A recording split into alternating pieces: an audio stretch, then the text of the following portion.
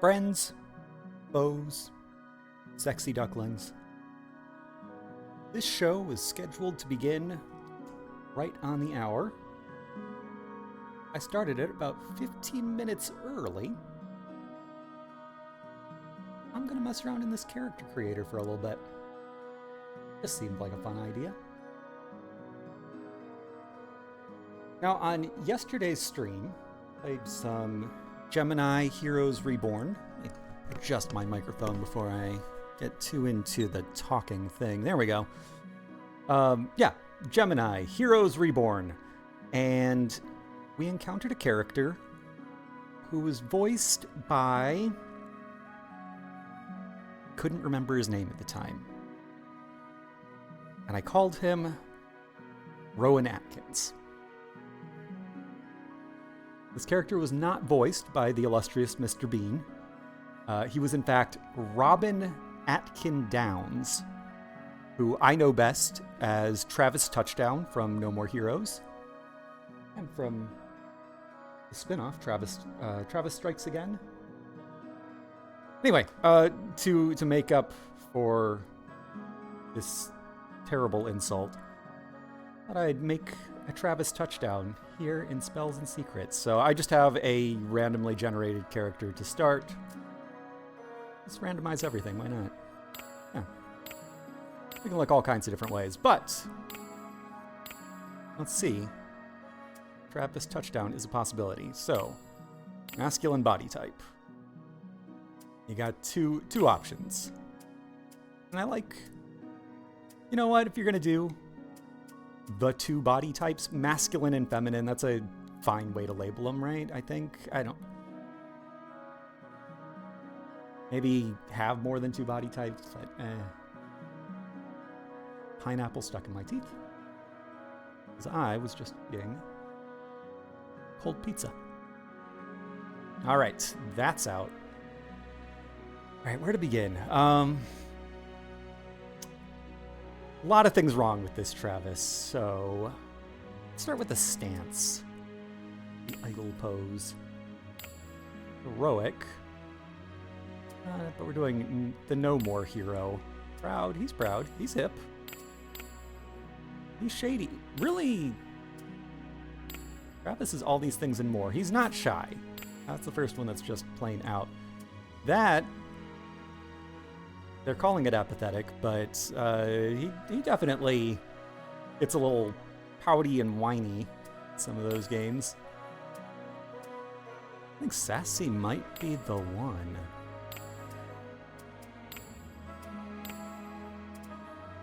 That's more like he just got an electric shock from Destroy Man. Yeah, sassy. Travis don't care. Let's change these clothes also. Formal sweater and skirt. No, I don't think any of those are going to do. He's a jacket and t-shirt guy. It's not a terrible Travis jacket, but that shirt's not going to do it. That's not the worst.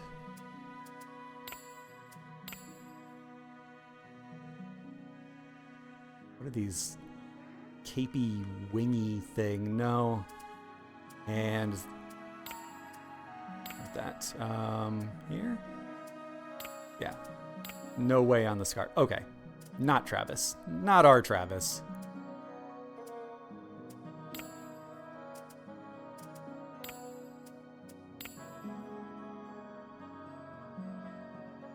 Flannel shirt is not really right, but about as close as we're going to get to a red leather jacket with a t-shirt. I think it'll do. Now for the pants.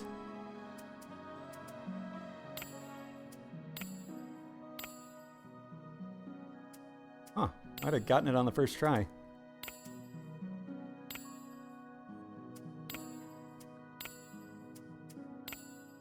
The thing about this character is he has like some iconic looks that you see in the key art and kind of default canonical Travis, but playing dress up is a big part of that series.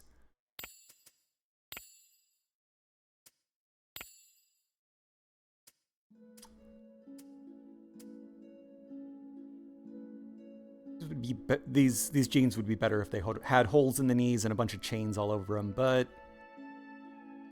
it's a start.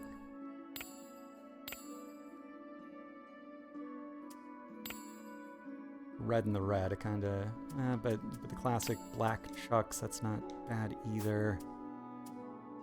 What else do we have?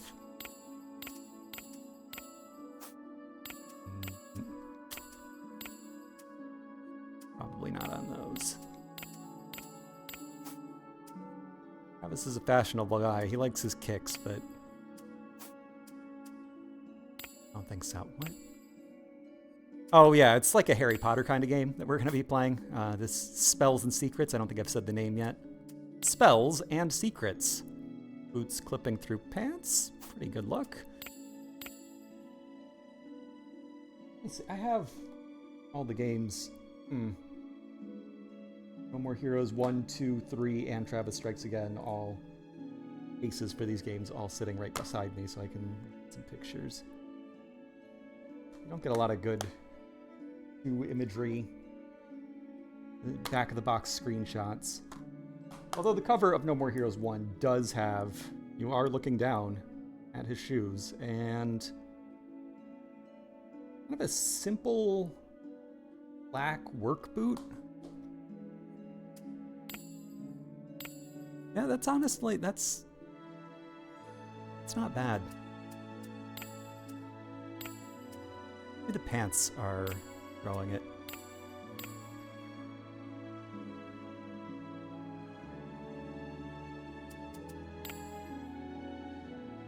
Those were darker, I would say, all right, but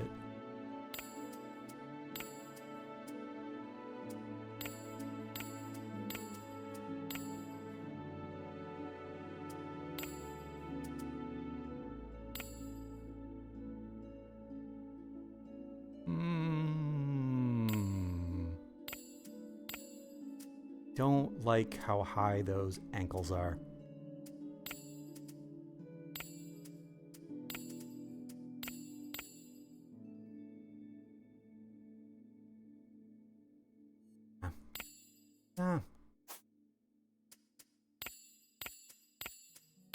He does like his skinny jeans. That's... yeah. Huh. Maybe once we get him... we focus on, like, the person and not just the clothing. Maybe it'll come together. Start with our skin color. He's pretty pale. Not that pale.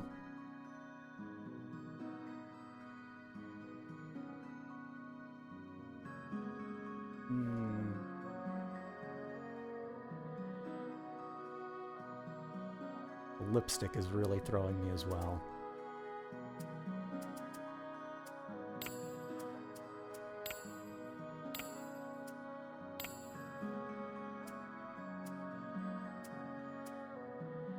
His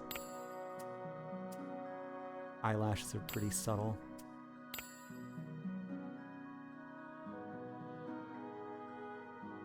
Oh, he has terrible acne or something also. That was what was throwing me off with the skin color. All right, let's get these Harry Potter glasses off of him.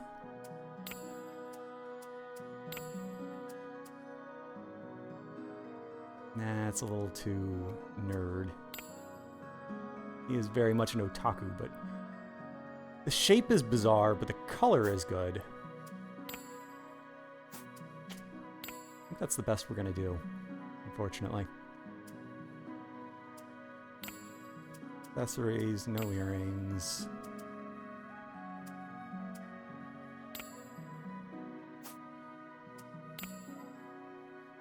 Pretty exaggerated, but I do like the kind of floppy top thing. It's not up enough. Let's be up. That's... I like the exaggerated thing better.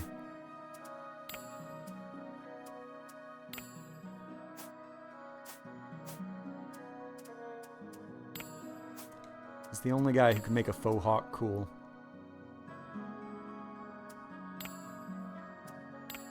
It's gonna be the one. Now maybe a little less purple.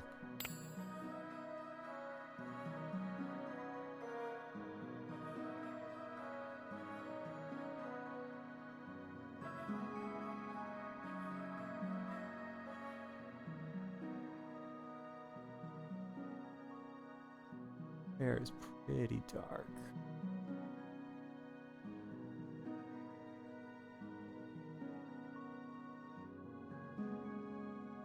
Whoa.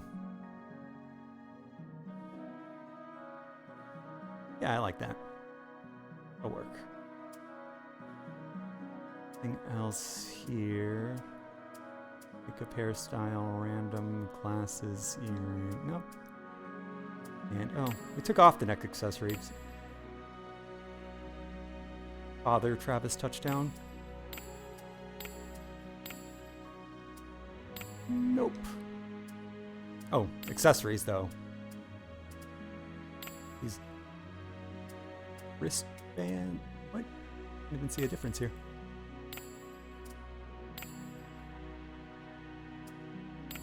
There we go. Oh man, that's the most important detail so far. All right, face details. Yeah, acne, beauty mark. Oh no, no beauty marks. No birthmarks. Freckles. We have pimples and acne, two different options. I wonder if I can unlock more tattoos eventually, because one tattoo is kind of an odd decision. And we're not putting this on Travis, but I always appreciate a game with vitiligo in the character creator. I have several family members with it.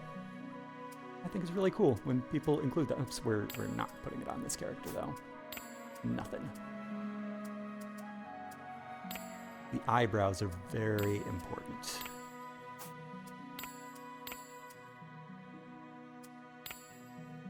We can change the facial expression. That might make a difference.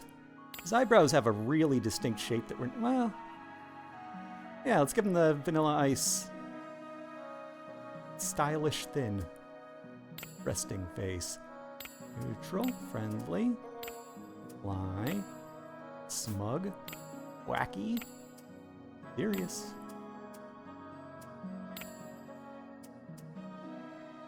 DreamWorks eyes. Peaky.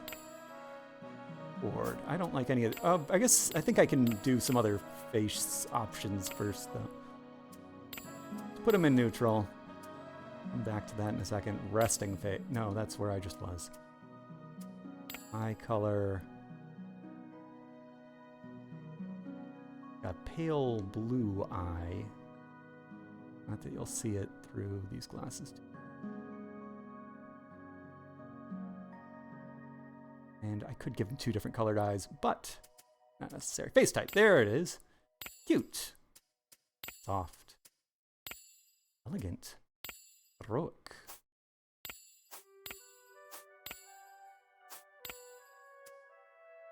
These repeat across all the pages.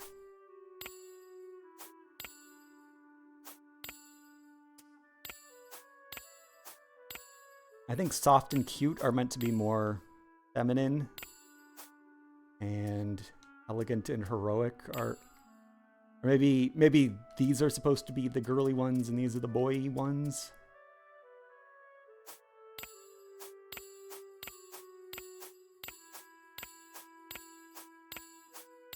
It's really capturing the Travis look though.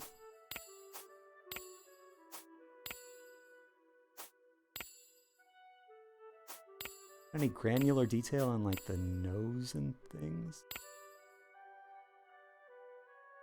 Go out of that menu, go back here. Face details, eyebrows, face type, eye color, resting face. Oop.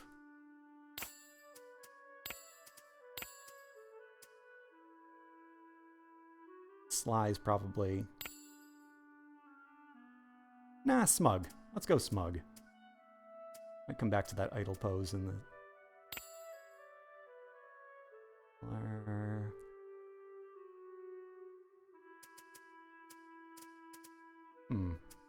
Didn't mean to drag off there. But yeah, I think maybe a little more pink.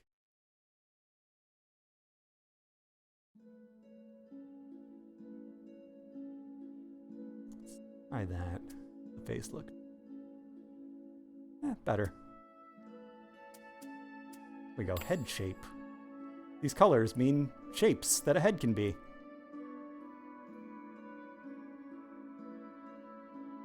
Oh, that's... We can make it tall, we can make it wide. Do any combination of those, but... I don't know. There. How's that? Good enough. Body shape. Whoa. Never thought of him as a very tall guy, but he is pretty thin. Like there.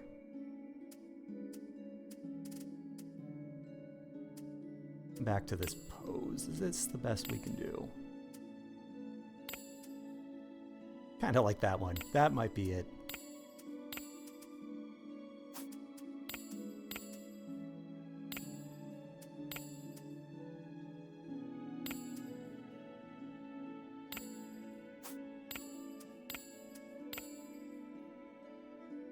Apathetic. Sure. Clothes, watch, shoes. Well, for what this is,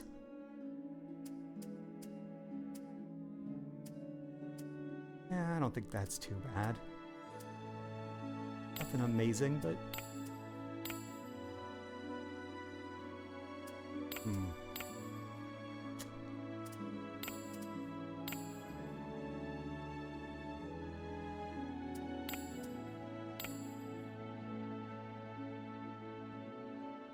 I think that little bit of, it's just like a little eye makeup, right? Just gives him some lashes versus this.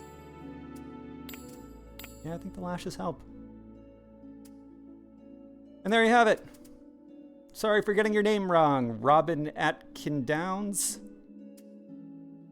Save and play. Let me get this away message out of here. Or not away message, it's the bonus game message. We're gonna play a game. Built on my streaming software as a way.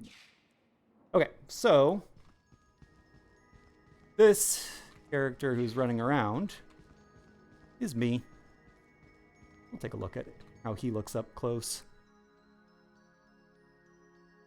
And again, not like outstanding, but it's... If you've seen me, I'm usually on camera, but not today. Not this week.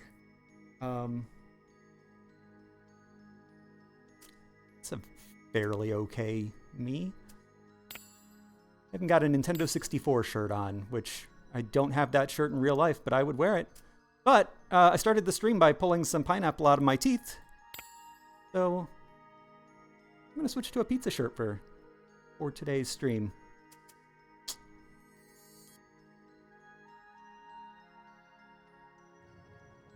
All right, so I have it set in 2-player. We're going to get rid of 2-player. There's probably some way I could play as the character I just spent 20 minutes making, but that seems like a hassle, so I'm not gonna. Anyway, this is Spells and Secrets. It is a game I had not heard of until a couple weeks ago. I do not pay for Amazon Prime, but I know someone who does, and I use their password to get free games. And people like to say, like, oh, it's a subscription service, so these games are not really free. Well, that's true if you're paying for it, but not if you just swipe someone's password. So, this was one of the weekly free games a week ago, 2 weeks ago, 3 weeks ago. I don't know. A bit ago. And I looked at it and saw, like, okay, it's a Harry Potter roguelike. Is this going to be garbage? Let's see what it is. Let's just take a look. It's not a huge file. Download it. And then I really, really liked it. I've played it a lot. It is, I believe I just said, a roguelike.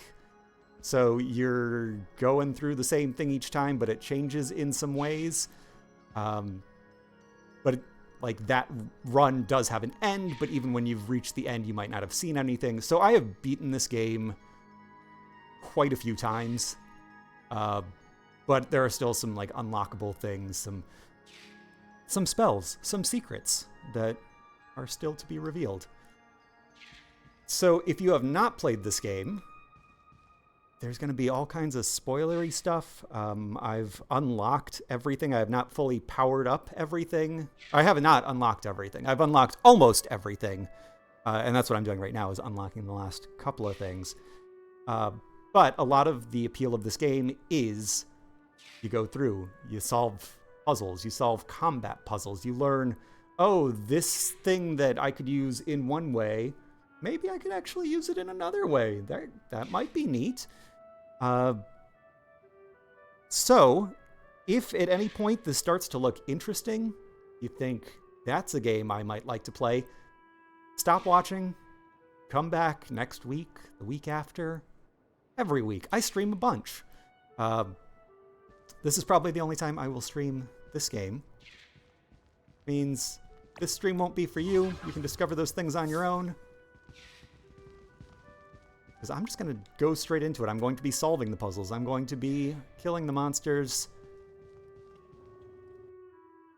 Let's get into the action-adventure. There's this great big hub world. Got a whole map here. Lots of characters to meet. Actually, oh, I do have, if you look up at the top of the screen right in the middle, you'll see a blue icon with the number and a green icon with the number. That blue icon is my current experience. And you use that experience in this hub to power up stuff. Oh, I could power some things up, but I'm kind of thinking about saving it until I can get that. Yeah, I'm going to not. Oh, but I am going to. This is real endgame stuff. Do not watch if you don't want spoilery things. Although, I guess it's not like a amazing secret that this happens. You just wouldn't have gotten to it for a while.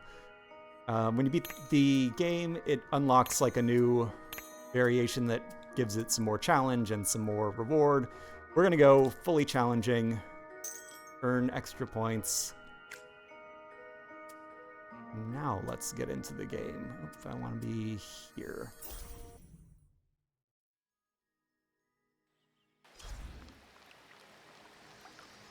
Start run.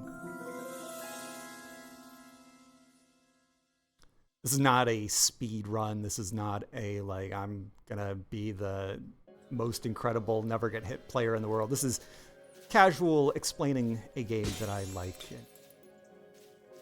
want to get all the secrets. All right, so first thing I did was I opened up this crystal ball thing, and it contained an artifact. Burnt Donut Time Warp artifact. Channeling Time Warp for long enough causes you to leave a trail of open fires wherever you walk. Open fires burn entities that touch them. Cool. What that means, if you look at the bottom left, you can see these are various spells. Time Warp is this one that has an hourglass. This is an annoying thing. Instead of keeping that visible all the time, it likes to default to this thing that shows you, like, here you can see all of my spells. If I press right, it shows me the map. If I press left, it shows me how I'm doing on that stuff. I very rarely need to look at any of those screens. I'm looking at this like all the time. I don't know why it fades away like that. Maybe there's an option that I can change that will make it not do that. But, well, I guess, hey, let's check.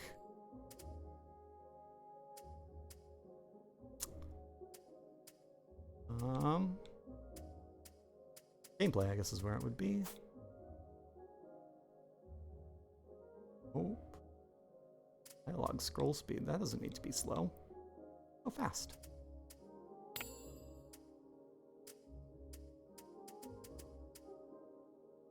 Yeah, no, I don't see anything that... Unless you have to be outside of the game to do it. Anyway, so, yeah. If I press, you can see there, the Y button will do my Time Warp spell. Slows down time, and now, because I got that artifact, I leave a trail of fire. I have my Zelda-style stamina meter, mana meter. Let's get into it. All right, so this is a roguelike series of randomly generated rooms. They did the Harry Potter thing, so the rooms, it's in the story. they rearrange themselves every time you come into the castle. It's always different. But it is a pretty recognizable set of rooms with a pretty recognizable set of enemies. Here, I'll do a really basic strategy on this, and then on another room, I'll do some more complicated stuff. So, open up the door. Shoot, that's the slime. Now he's dead. Uh-oh, this guy is getting me. I use my levitate spell, put him in the air. Now he can't do that thing where he's falling on the ground and warping around. He's stuck here while I kill him. Charge up this spell, shoot that. Basic strategy. This armadillo will roll up. Ideally not hit me. He hits a wall, falls on his back, keeps him vulnerable. Wham. And he splashes some poison, so I'm best off not touching that. Oh, and there's another one. So I can just close this door. This one doesn't leave poison, but he has... I guess I could show it off.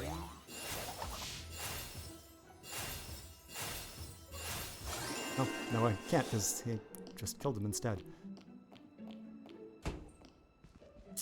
Alright. That sound meant that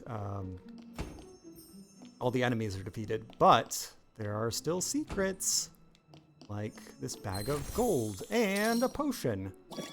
So that lets me heal myself once per battle. Didn't lose any hearts, so I'm okay. No need. Alright, and yeah, as I said, gonna be big spoilers for all the puzzles. I'm just gonna show the solution, and I'm explaining a lot at the top, but gonna just start running through this pretty soon. There's a book sticking out here. I pull it. It reveals a secret door. And then I get more gold. Yay! On to the next room. If you look at the map down at the bottom center, it shows that there's a path going off the northeast edge of this current location. It's this door. Can't go through those doors until you've defeated every enemy.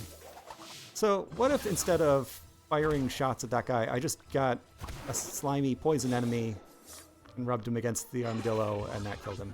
Oh, but it doesn't work against these guys because they're both poisonous, so they don't affect each other. So what else could I do to him? Freeze him in place. There we go. Now they can't move. Oop, and he shoots poison at me, so that's bad. I want to get away from here. Unfortunately, finding your spells is a little tedious. It's a scrolling around. Alright, so the easiest way, the most obvious way to get those is you wait till their mouth is open and then you shoot them, and then they're pretty vulnerable. This is for a puzzle. I could also levitate this fiery guy and wait for him to drop that creature's head. I can just use the poison guy and do the same strategy. Oh! But while I was doing that, that hit. Big guys turn into little guys, and they all blow each other up. Nothing to it. All in net. Get a prize. Yay! And they give you clues. Don't magically accelerate bouncy balls. Hazard of getting stunned. I like to use telekinesis a lot because it is its own button. I don't have to scroll through to look for it. And I currently have an artifact, a permanent artifact, which I could change out between runs, but excuse me, I went with a pretty neutral one for this stream. Because I didn't want to, like, I have things that could make it so I could just use one basic strategy and run through this thing and it wouldn't be that interesting to watch, which maybe I'll do a quick one of those toward the end. But yeah, normally the telekinesis spell uses mana. I have an artifact that means it doesn't, so it's cheap. It's easy to get without having to scroll through things, but I could also, like, stand by the goal and then swap places, and then do that. And everything has physics on it, which is cute and fun. So I can, like, knock this book around. I could knock an enemy around. In fact, perhaps I will. Oh, no enemies in this room, though. Blah. Okay, come back here. Alright, this one. Oh, while I am charging that knock things around move, I'm not as slow as I was before I got that body belt.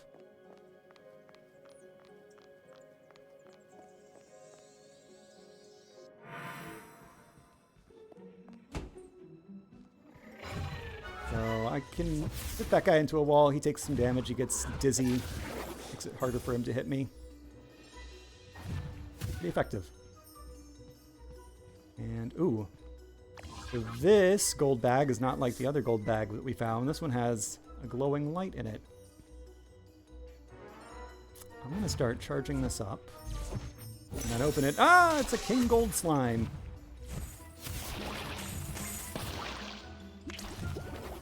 And I can knock all these guys around and... Or I just hit him with the spell. A little easier to aim. Gotta be quick though, or else... There we go. Got them all. They do disappear, since they're so valuable. Let's see one more thing with this spell, and then we'll move on to another one. So, and grab any old thing I oh, somebody killed someone else without me even being in the room. Happens. Yeah, so I can knock things into other things, and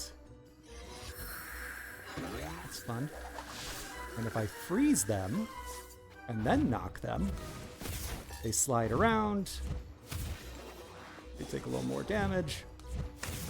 I really don't use that jostle spell very often at all, but it's kind of fun. All right, there's a mouse hole here. I can turn into a mouse.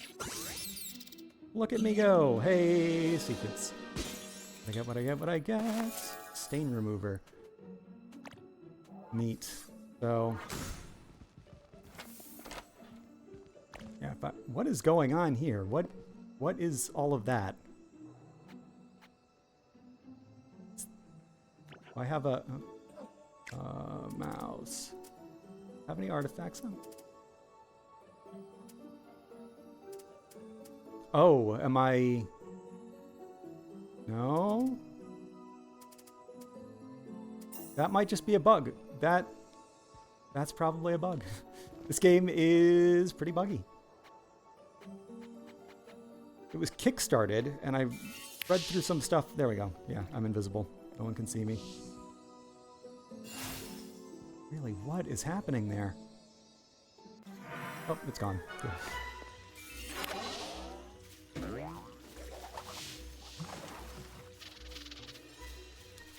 Being invisible is not really an advantage against this enemy because I want him to expose. So, and let's hit him with, how about this? So I sacrificed, look up in the top left corner, you'll see I took some of my own health and did a lot of damage to him. Another spell I don't use a lot. Alright, am I locked on to this poisonous guy? I think I am. This one, my puppet spell. Oh, just a regular old slime. I can possess any enemy until they get hit.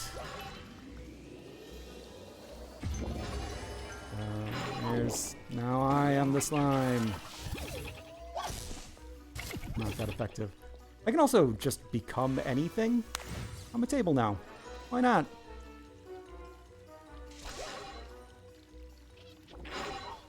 Why are you looking at me like that? I'm just a table. Leave me alone.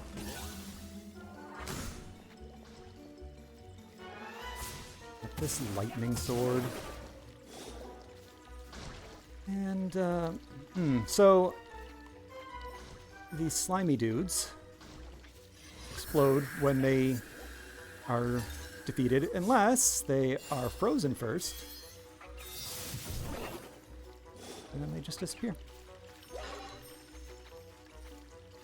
And, yeah. The levitation method really is the way to go with these teleporting fox creatures. And else is still out here. Oh. Yeah, it's just you. I don't care about you. Will this water kill you? Oh.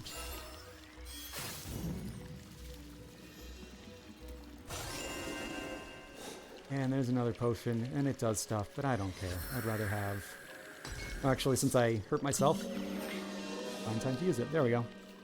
Now I'm not hurt. And there's still a treasure in this room? That can't be right. I already opened that bag. More bugs, or... Actually missing something. Pick up the potion, will that go away?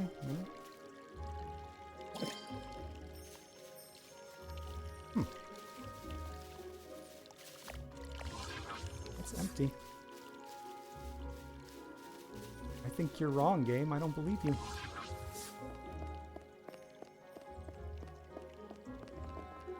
I'm gonna come back through this room again. Maybe we'll investigate, maybe we won't. How about... It's a friendship spell. Open the door. Oh. Don't you teleport over here. Great, so that guy works for me now. He can still hurt me, but he won't attack me. So if I get too close while he is attacking someone else, I can take damage. But... Here, why don't you deal with that problem for me?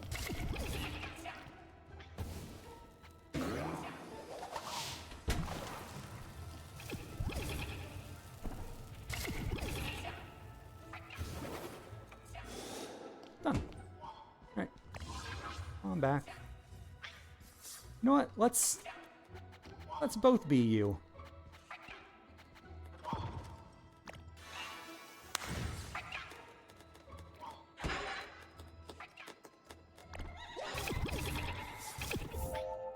Never mind. I don't want to be here. I don't want to be here. Oh, wait. Right. Fireball. That's... B is how I... throw those things. And I hurt myself with it.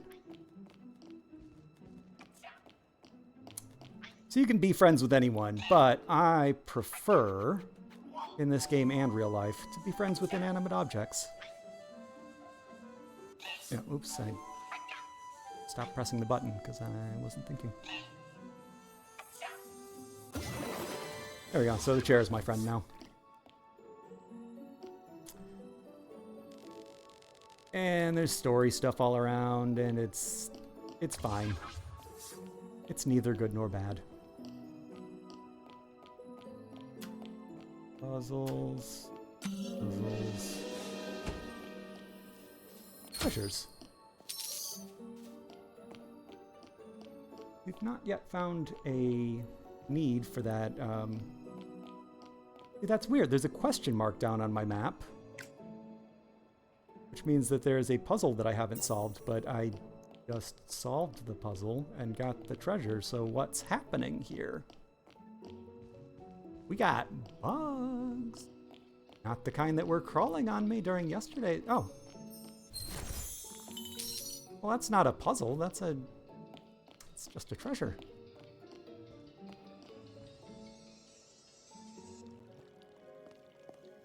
It is still showing something up.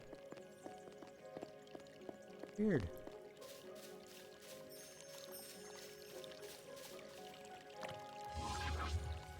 Okay, there really was a bag hiding. Don't need that. On to the next room.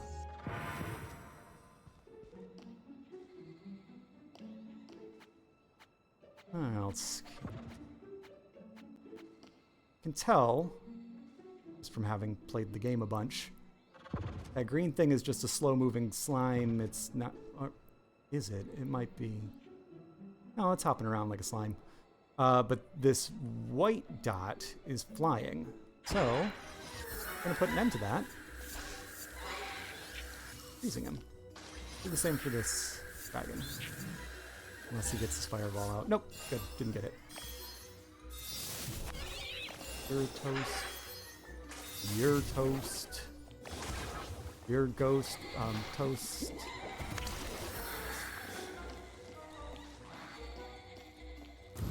Fireball also gets the job done.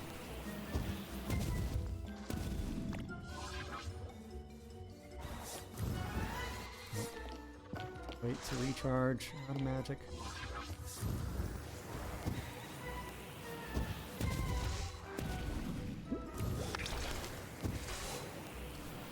If you would stay together, I could get you both in one hit.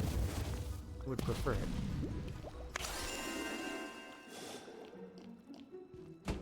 That's the combat finished. Now the puzzle. Vending machines. I could buy potions with my gold. I don't need potions. Most of them are... They're okay. They're fine. They're whatever. That is the puzzle from the tutorial. They tell you exactly how to solve it, so... No spoilers on that one. Don't know why I even bothered with that. My biggest complaint about this game is it does not need to be a roguelike or roguelite or whatever silly classification we're giving games with levels like this. Because there's not that much variety between runs. You get access to all of your spells all the time. You get different modifications for them, which means certain ones become more or less valuable, but if you want to use the same strategy every time, you mostly can. Oh, yeah, there's always a hidden student on every floor. Floors are what they call the levels of the games. I'm still looking for some of the hidden students. I think a lot of them are Kickstarter backers, which means that there are a lot of them to find. Find exactly how many there are to find in my collector's guide. Fuel mates. Yeah. So I have 22 out of 44 lost in living quarters. Means I need to play this game a lot of times. And then, allegedly, sometimes there's a bonus student. I have not ever found this in a couple dozen runs.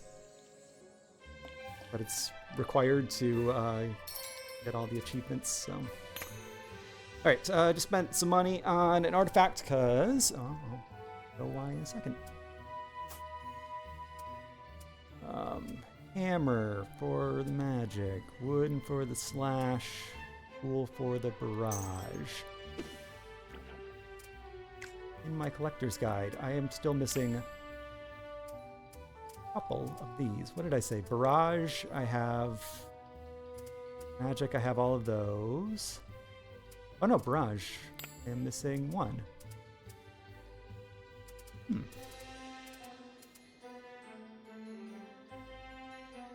was talking so much I don't even remember what the other one was. What is this? Freeze artifact, rainbow shard. I always like to buy the random one because it's the cheapest, and... Okay, no, I definitely have the cool sunglasses, and I have the wooden daggers already. So, I don't need those. I can't afford them anyway, but I could withdraw money and get them. And... Oh, wait. Yeah.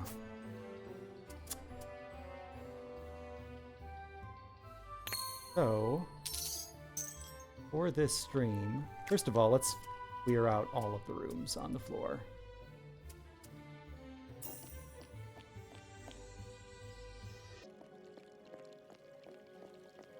there could still be some more gold waiting for me.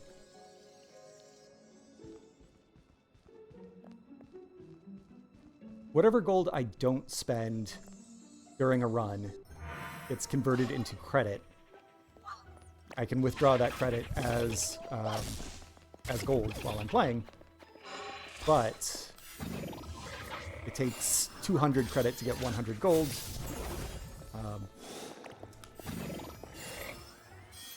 You can see why I'd rather just spend gold that I can collect in a run rather than dipping into my savings.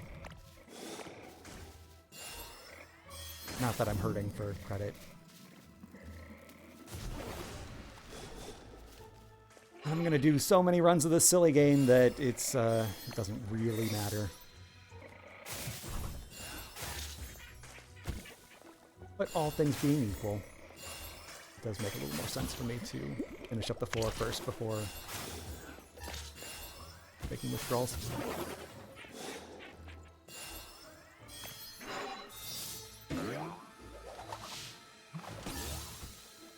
In this run, though, I want to buy absolutely every artifact that is available.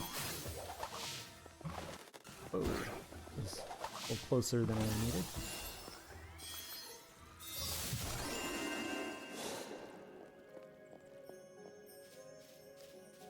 Let's see, there we go. A little bit of gold, and there's a puzzle to solve here.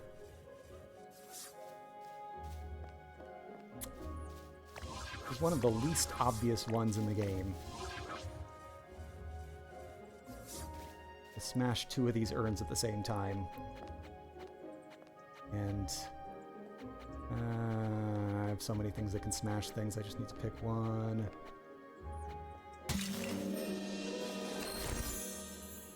Oh, not a heart, so I don't have any reason to buy a heart from the dude. Oh right, I can still refill my health every time anyway. Alright, this is a challenge room.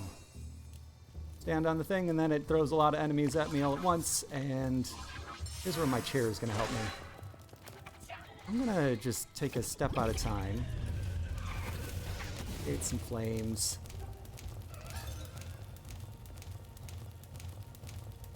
And position myself in a relatively safe spot.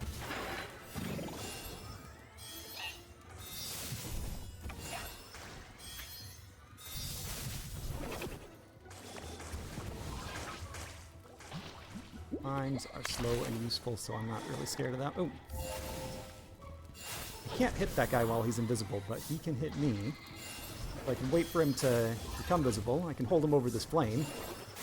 Yeah, that works. A lot of ways of dealing with stuff. Oh, yeah, but the chair. Since he's my friend, the bad guys will get distracted and attack it, but it doesn't take damage. And that is why I find inanimate objects to be much more useful friends than soft little monsters that get killed? No thanks.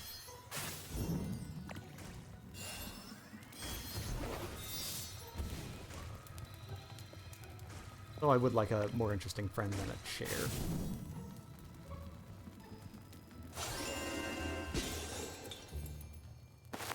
What do we have?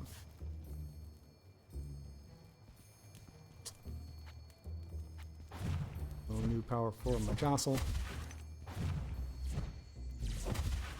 It's not going to do anything to an inanimate object that going to be that interesting, but to a monster, kind of cool. All right, let's spend that money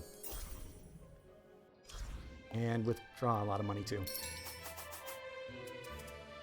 Oh yeah.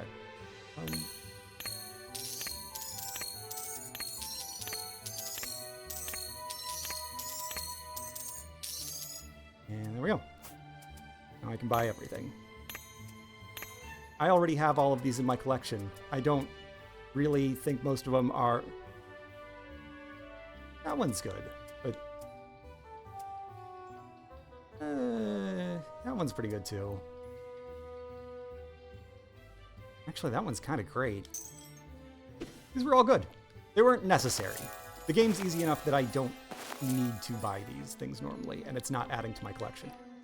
But at the end of the run, it'll make sense. Strategy will come together. All right, let's fight a boss. Probably should have healed at some point, but I'm going to save it because it only reloads after you finish a fight. I'll save it for during this fight in case I do get hit. Most of the time, you only fight one boss during a boss fight, but on the harder difficulties, they throw two at you. Let's see, we got this fire guy. Why don't you just get hit by your own fire? I think that would be fun for you. And while he's doing that, interrupt his spell. Vulnerable. I'm going to do my ice barrage, which makes me reflective, which means that you don't hit me, I hit you. Bounce his fire right back at him.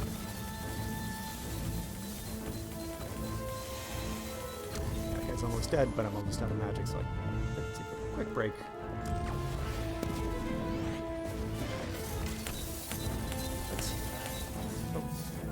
Reflect. Too quickly.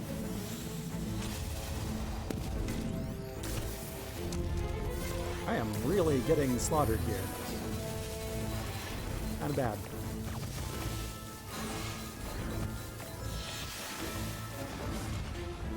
Heal up. No! Stop doing that. Wow, this is really unusually bad. I do not normally do this badly. You. Aim at you.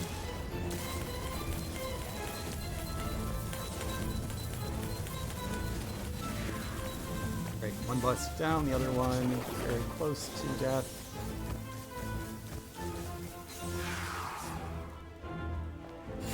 A cheesy strategy, but I survived. That's really what matters.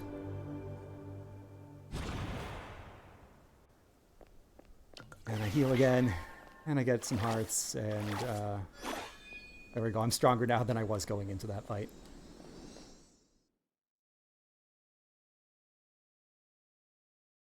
Not a terribly difficult game.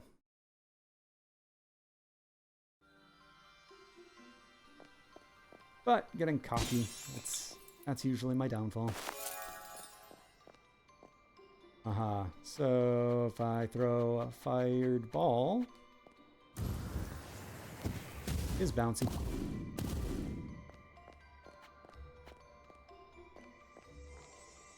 I don't need fireballs. I am the fireball.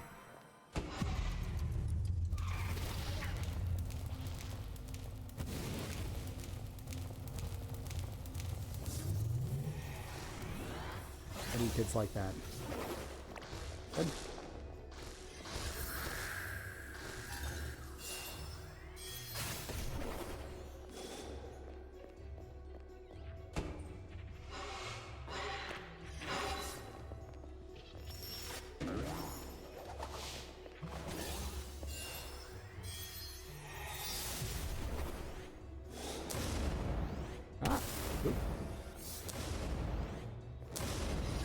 Stop hitting me with lightning.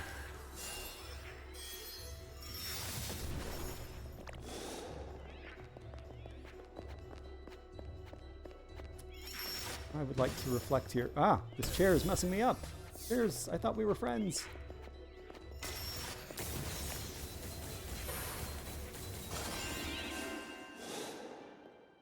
Getting cocky is what messes me up, and more than that, trying to be creative. Game really does not demand that much experimentation and clever play. It's a lot more fun if you are using a variety of spells, and you get there are rewards for it. But like, it's pretty easy to just do the minimum to get those awards if that's your incentive, and not put yourself in that much danger. My preference is I want the game to be as much fun to play. Can be.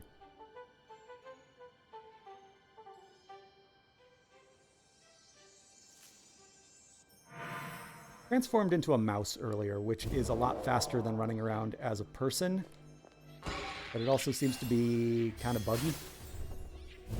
Like, I have not done the proper testing to say that mouse form causes bugs, but it does seem like the more often I use the mouse thing, more often I run into stuff like that. Is that fox so fast? I guess I just have to levitate him.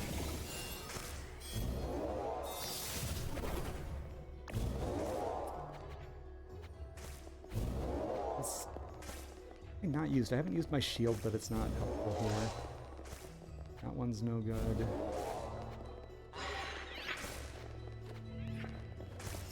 This is... I like this one, but it's not useful on an enemy like that. It just makes whatever damage you do does more damage. So... try it on someone who actually has the health.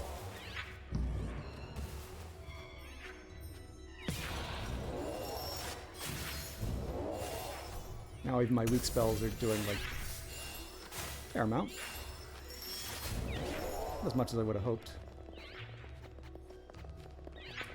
Here, I'll use the shield.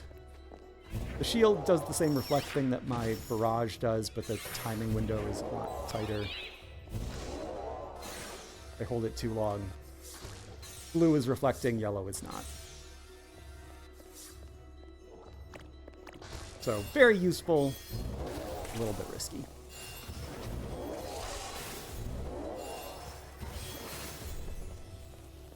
I believe that this red flying thing, when I have this red glow around me, it's making my attacks more powerful. That's about... This is a neat puzzle. So I have to hit both of these. But I'm too slow. In multiplayer, no problem. But, can we do it? Oh, look at some options. Slow down time. Run around. There we go, I have plenty of time to do it. Or, take this cart. Place it right there. Activate switch. Activate. But my preference...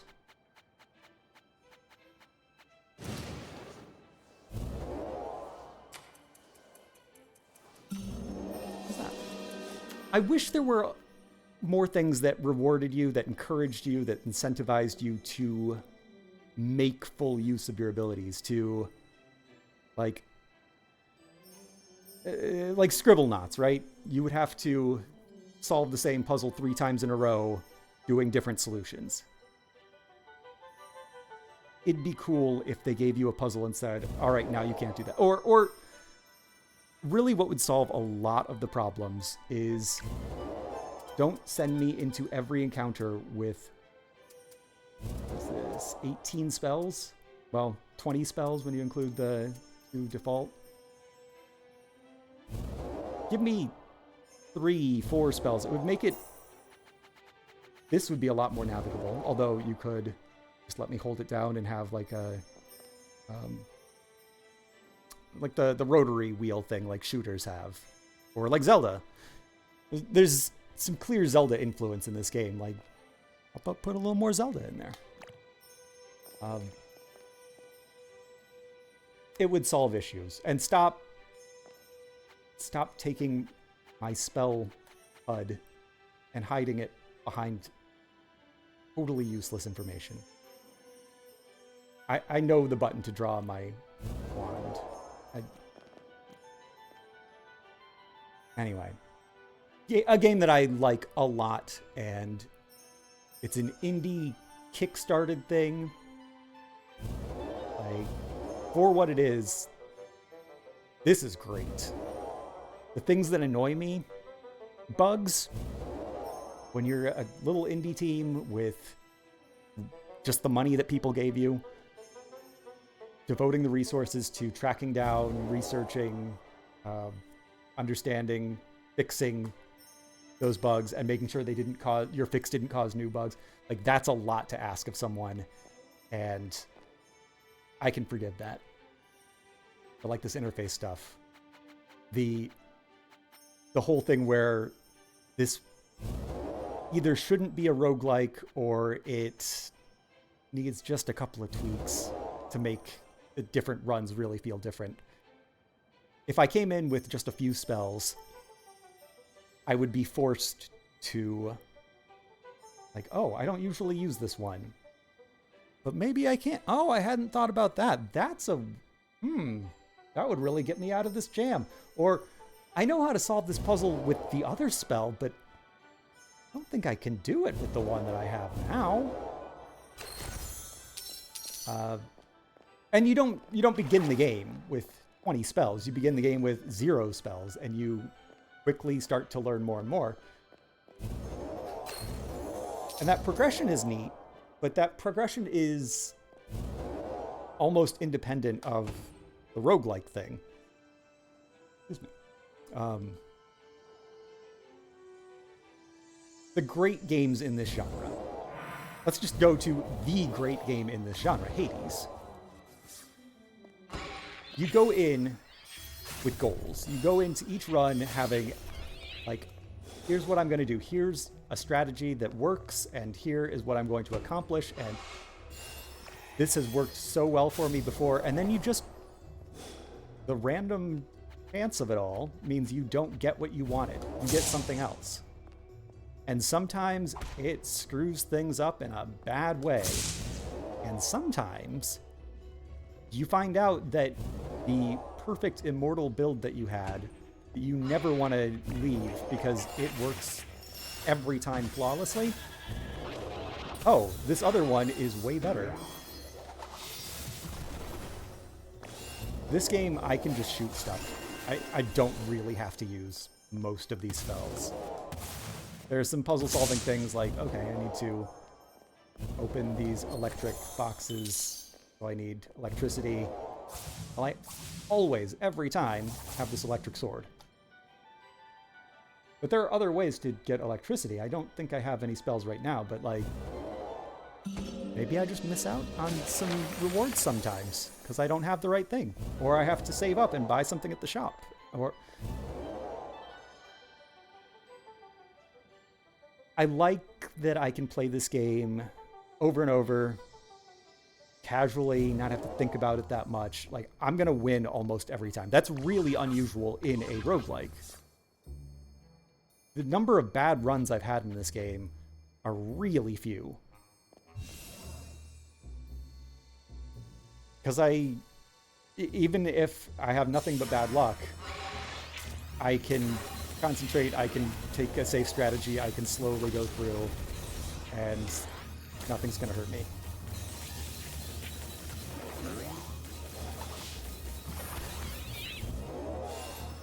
Like, that armadillo could have killed me. I wouldn't have reflected that. But I know that if I have an inanimate object with me, that's just extra safety. So why would I ever want to have anything else?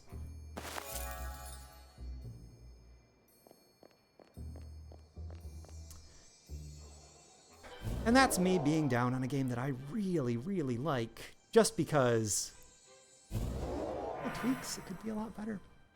And maybe that's an unreasonable ask. Maybe they don't have the money for that. Maybe they've moved on to the next project, and I am never going to be angry at a game developer for finishing a game and moving on to another game. I think it's what we should do.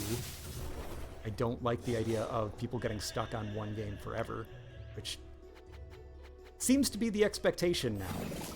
Like, oh, you're just gonna support this game for how long? Forever? Forever. Yellow goes on lightning bolt. Blue goes on... I can use these as weapons, though. Can't lift it unless it's in the air, but... burnt. Starts to fall. Can I catch it? I think I can. There we go. Close enough to hit people on the ground. And, Oh, rats. So, hey, look, I used an enemy. Now I have an electric chair. Not that kind.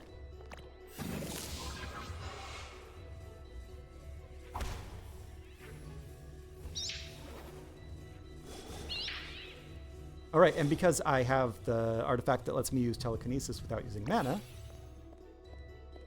I grab dangerous object.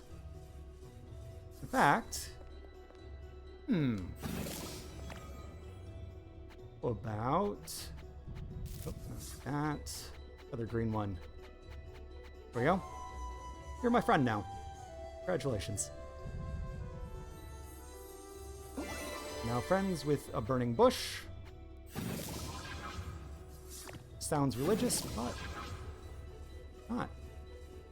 This is devilry and witchcraft. There should be mass burnings. Game's gonna corrupt the youth.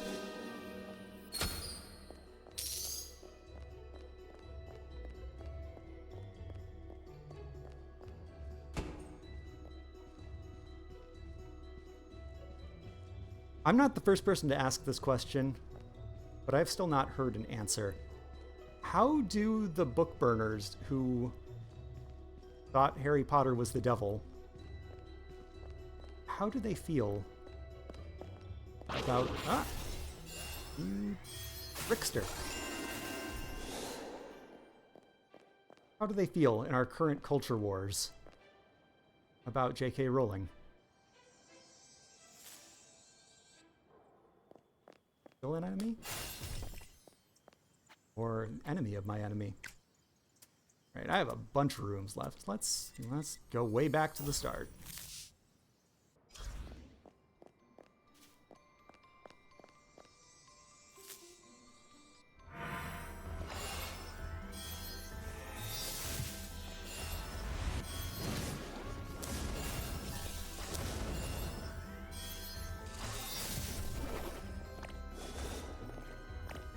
You can be a friend, and...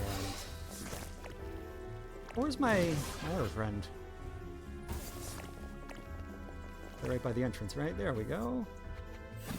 In the air, and...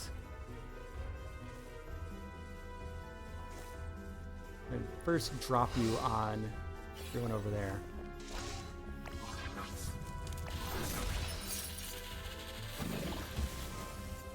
Did the frozen plant just freeze my burning bush?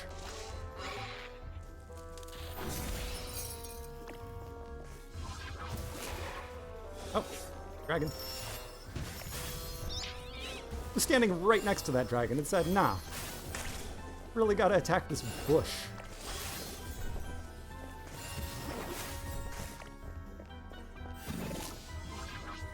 Although, hey, it's 2024 and I'm still resentful of Bush. So, I get it.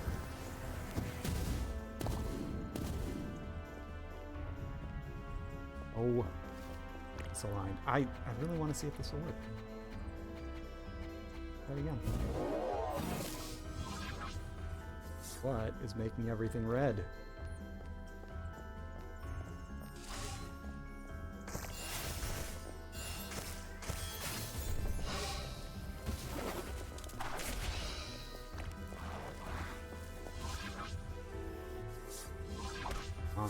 Electric anymore.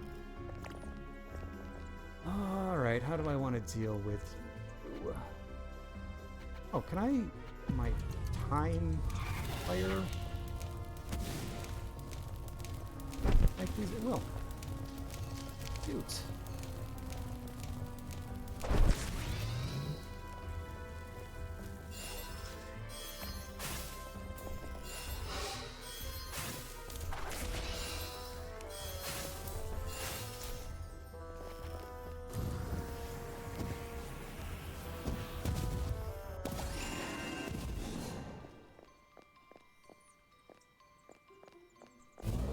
Interesting. Flaming bush does not light the fire. It'll break urns.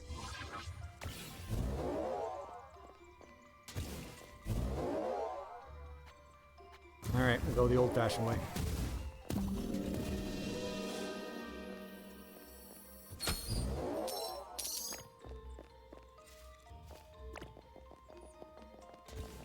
Oh yeah, urns break, but then they reassemble themselves. So I see that I have a treasure bag somewhere. This great big world. There we are. Oh, and it has... Okay.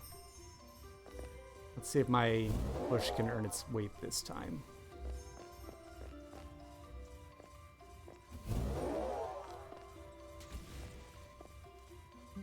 Did I get... Yes! Got the urns caught in a permanent death loop.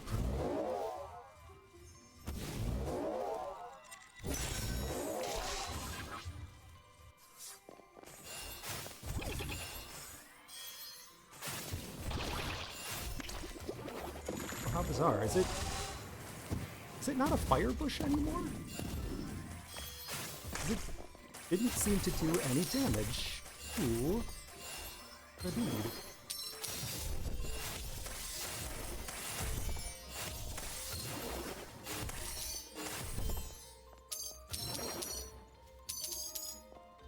And I think I got all of them. I'm not sure. One might have gotten away, but I think I got them all.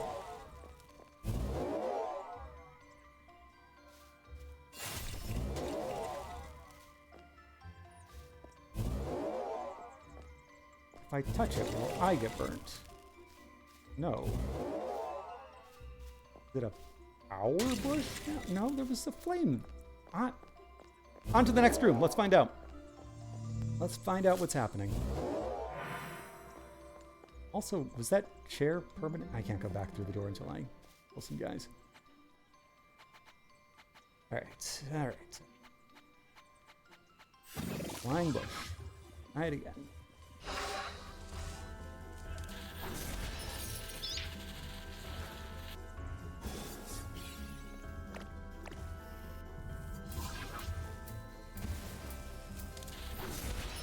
Nope, attacking me.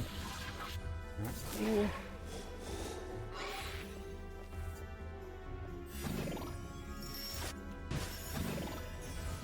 Know that you are magic.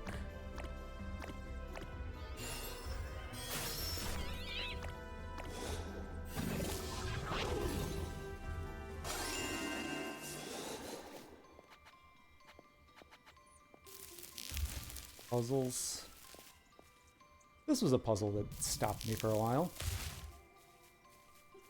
Use your plant spell on plants, change their color. I mean, when you're stuck in a room that has plants as a defining feature, it didn't take me that long, but I hadn't considered that my plant spell could have so many uses.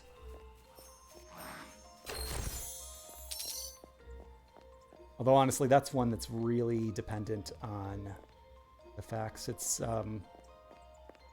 sometimes very, very good, but you need just the right combination of things.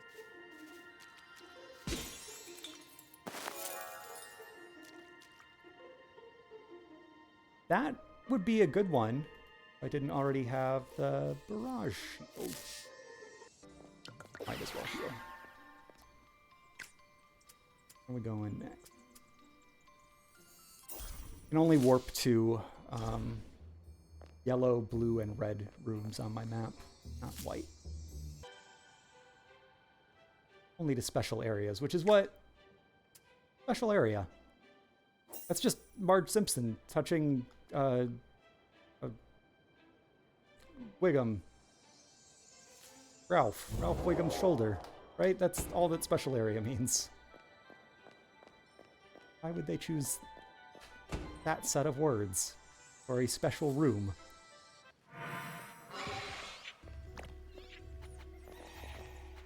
That reflecting thing.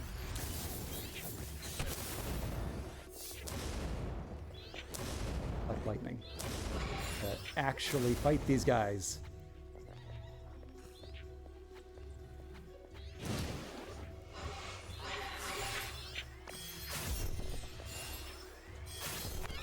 Yeah, my jostle is good, right? How about we do some jostling?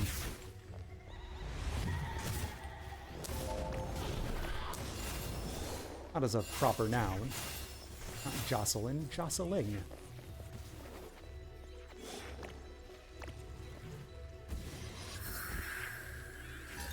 Ice is cold and fire is hot, and when it comes to competition, well, we got a lot.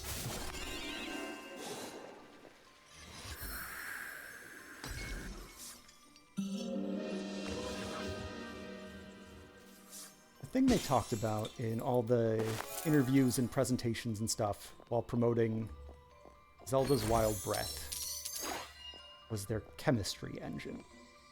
Like, you have your physics engine, now we have a chemistry engine. So this combined with this produces reaction. I thought that was genius. And I'm sad that we have not seen more games imitate that.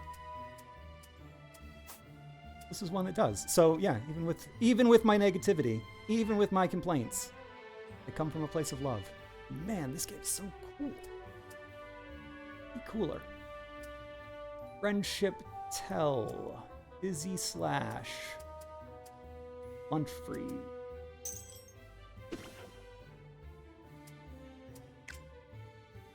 Tell.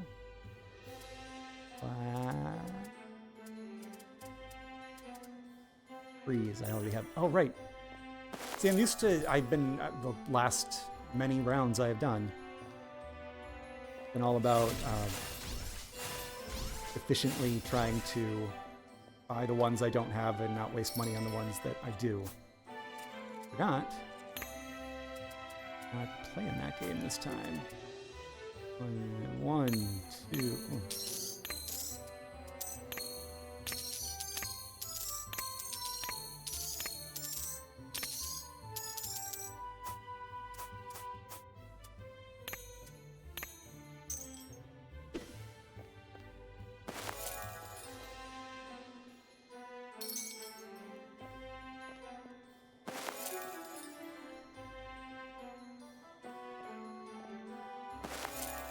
Fortunately, pick up and talk are both the same button, and getting the placement just right is a little difficult.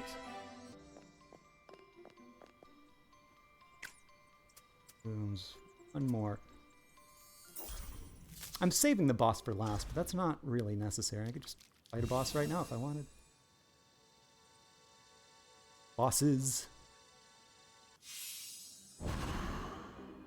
Get them both.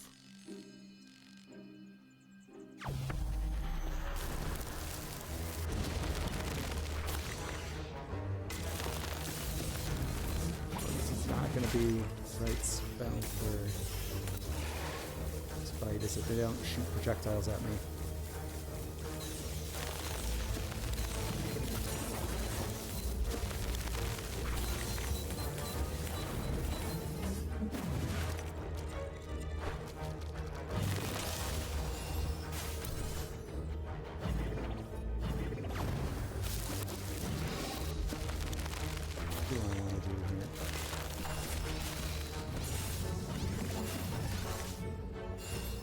Fortunately, they're so focused on this push that they don't even care about anything I'm doing.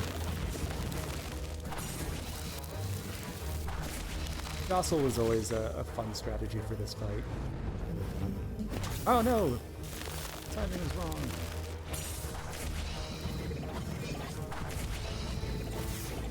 Oh, wait, what am I thinking?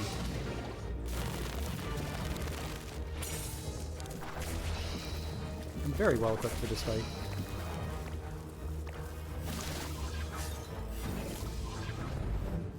There we go. Nothing hurts me. Oh, for you.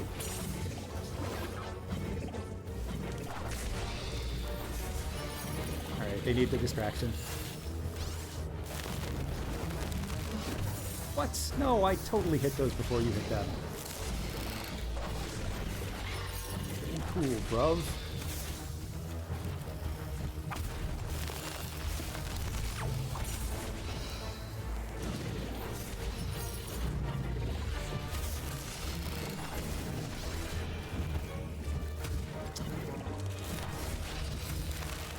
Hard to aim. Alright, let's go in a different direction. About this sword. Is this anything?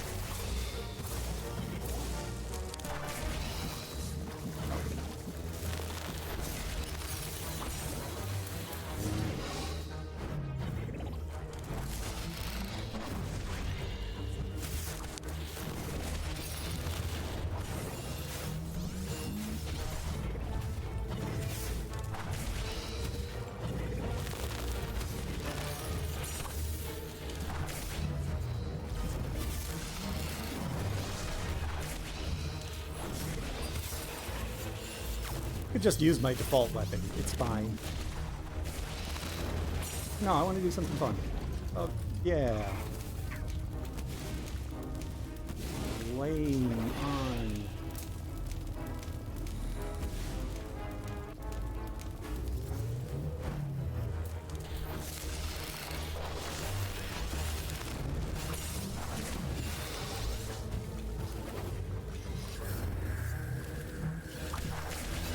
What if he just didn't fly? How did you feel about that?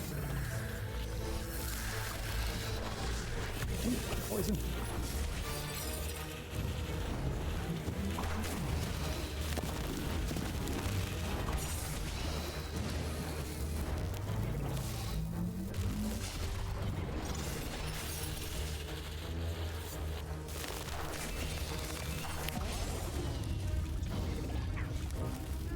Well, that might be something. Let's try that. Switch places with this guy so that he hits himself with his own attack. Or just leaving him in the...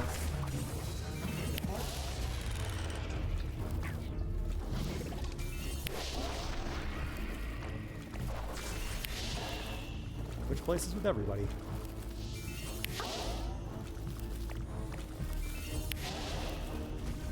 Now no one knows what's going on.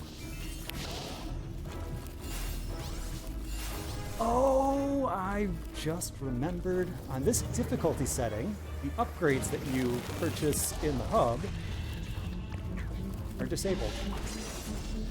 So I have attacks that are like super powered up. They do all kinds of damage, and now they don't.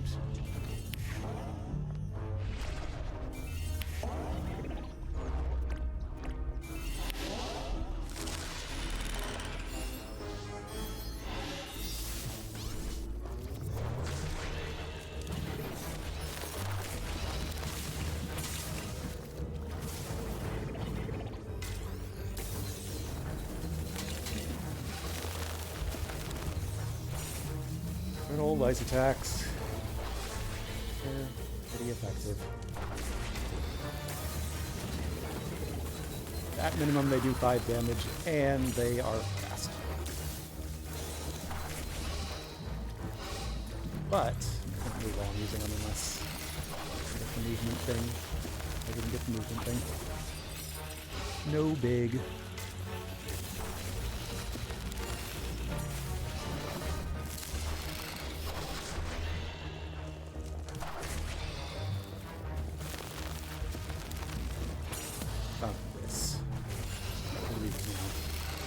Oh, but by the time I charged up my next attack, he doesn't.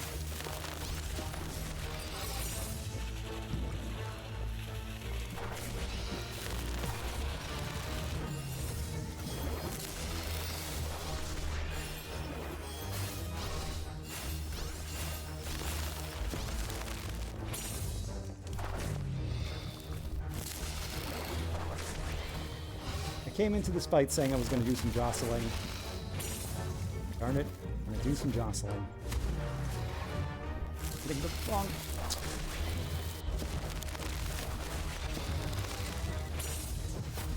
There we go.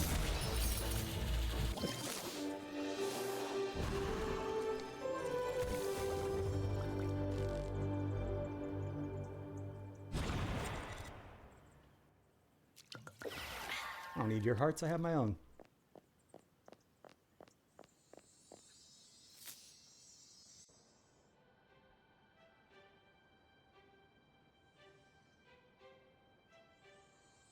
I think I still need a student, right? Hey, there you are. Hi, Katja Wolf. We're so scared. And there we go. Floor clear.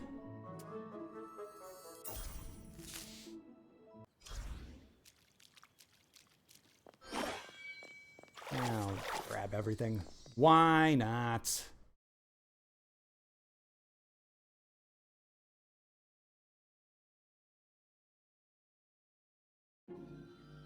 All right, last floor and then a boss fight. Let's see what happens. Shield makes you timeless. Causes time to slow when you successfully... Okay, my shield is getting kind of good. Not necessary, because I still have my ice thing, but I guess I can move while I have a shield, so... Let's go for it. Let's do some shield magic. But first... Burning Bush.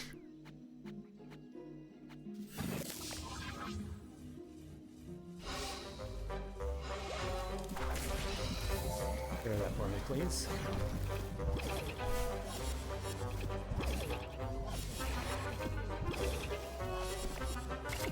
You.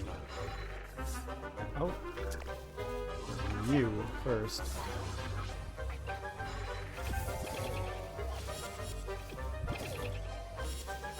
It's risky. I could do my shield on this one.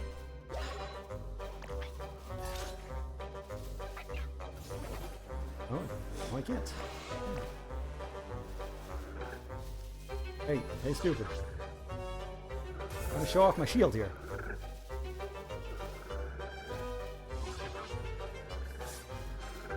Oh, it's enchanted somehow. It's an ally. What all those pink hearts mean. Ow. When did that happen? What do I have that enchants?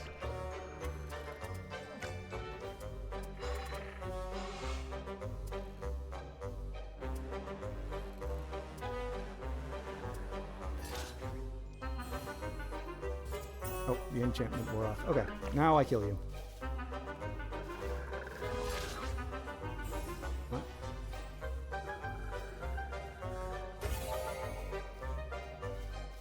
That's what it was. Okay, if I telekinesis something long enough, it becomes my friend. Huh.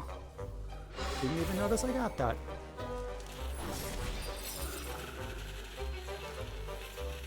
Better than a shield.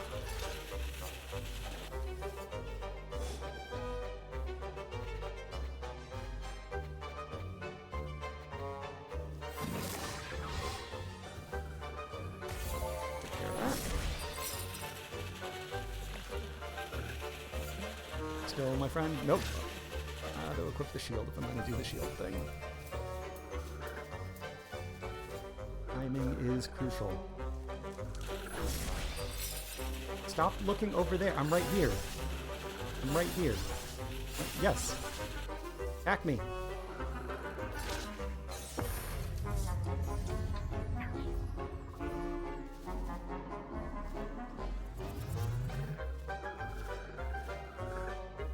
That was it? That's what you have for me?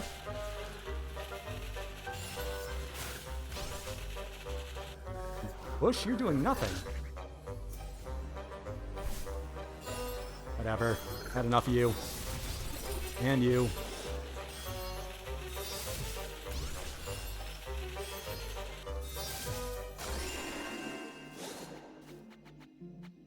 And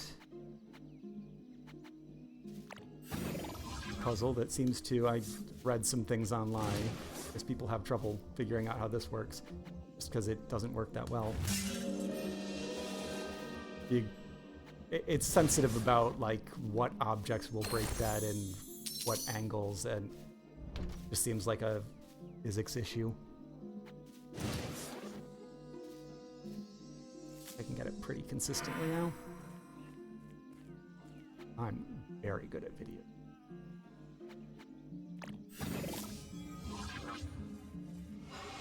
You can tell people that. You can tell them.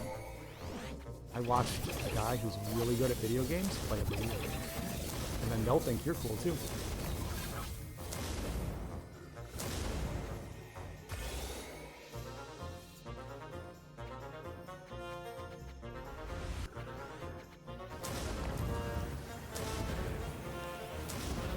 Come up.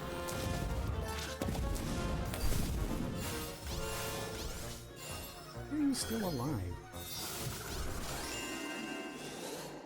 Work on that. Alright, how are we gonna deal with this time?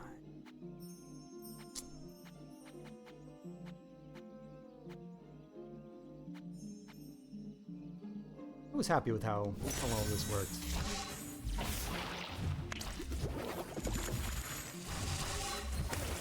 They don't scatter too much. Yep. No problems.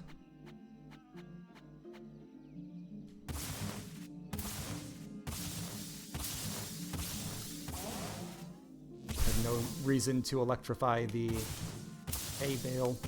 Hay bales? What is a bale of hay bales called? Is it just a hay bale, or is it... I have research to do. Hey Google, what is a hay bale made out of other hay bales called?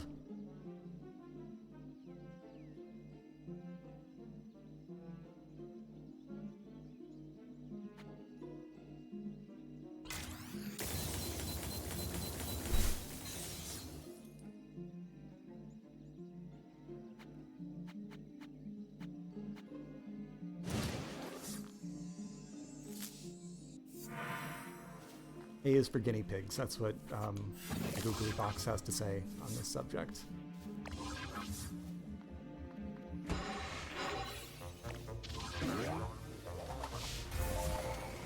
Not answer anything.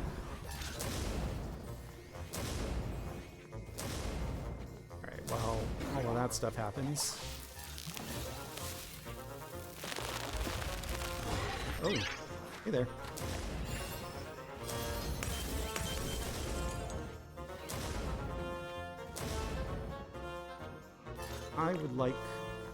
I'd like to make amends. Want to flap a mile in your wings.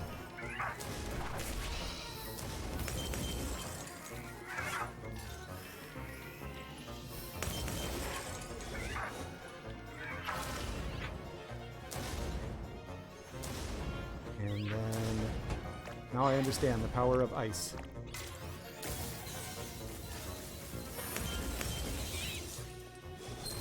Thank you for sharing your experience with me.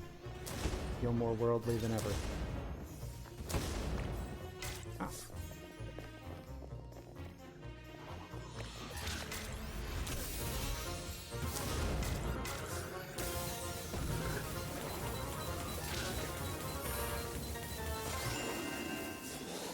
Yeah, that's way better than messing around with shields.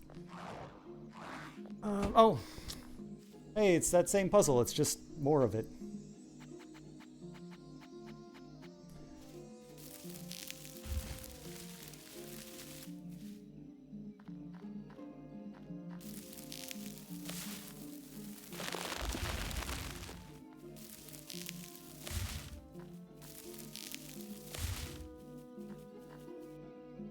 They don't all need to be blue. They all need to be the same color. That's a puzzle.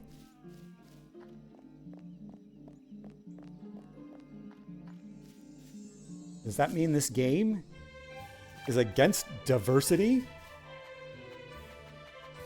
Is it standing up against the woke mind virus?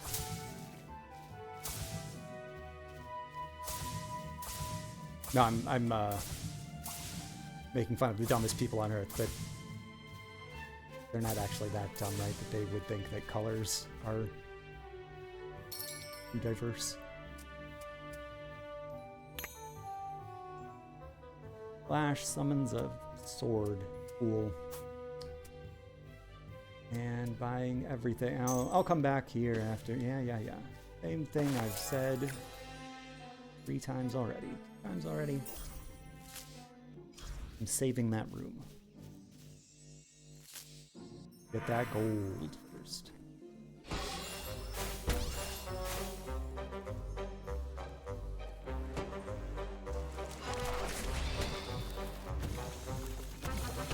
What? Oh, oh no, oh no, oh no, you're following me through the wall. Oh, stop that. Okay. Puppet master.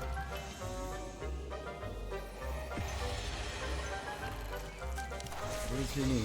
Raise your other knee. Do the puppet master. What a cheesy, stupid thing could I do to eliminate repetition from this? Run through.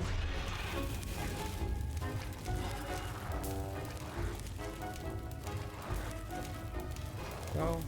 Flames all over this floor.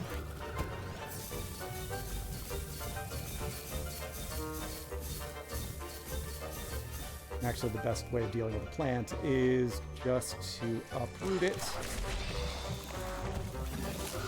Not a problem anymore. And there are my icicles. Too many spells. It froze me.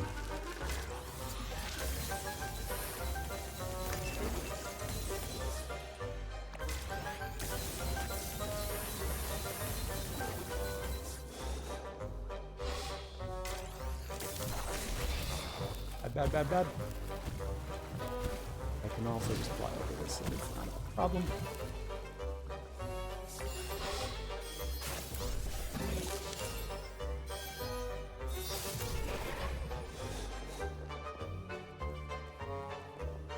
Excuse me one moment. I need to see what that phone call is.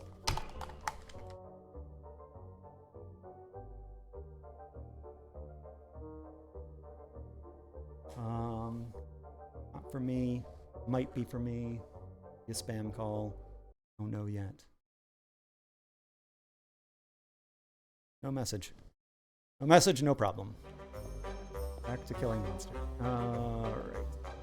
Chess puzzles. These sometimes make you stop and think.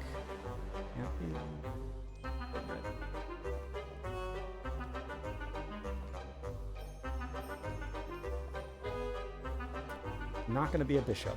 Okay, so the puzzle here is check the king in one move using only one of these three pieces. That's no good. Yeah, well, none of those are going to be any good. That's bad, that's bad, that's bad. That's bad, that's bad, that's bad. Not going to be the rook. Rooks are castles. Leaves just the knight. Not that. That looks okay. This is the kind of puzzle they should do more often, where it's like a genre of puzzle. A chess puzzle. Like, you can do a lot of different variations on that, and so that fits really well into a roguelike. But unfortunately, the number of puzzles they have seems to be really low, or else I just have weird luck and I get the same ones over and over and over again. That's one that I didn't know immediately by looking at it and actually had to solve. Most of the time when I see a chess puzzle, I just know what the answer is because I've done it so many times.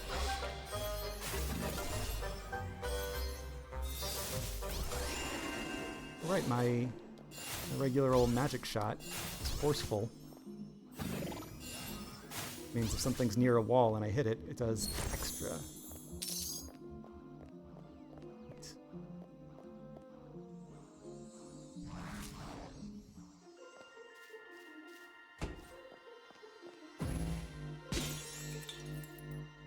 I'm not sure why this is flying.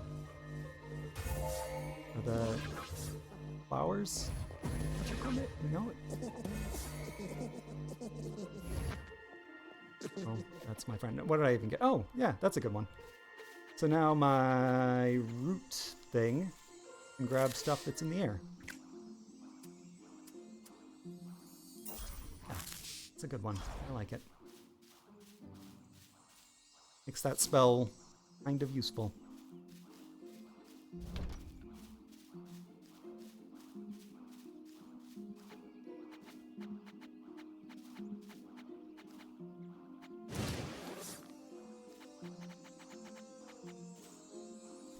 if we can find a spot to use it. Oh, it's just... I'm going to save that one for later. For now, rounding on. Let's go ahead and view where our guys will try to get to ya.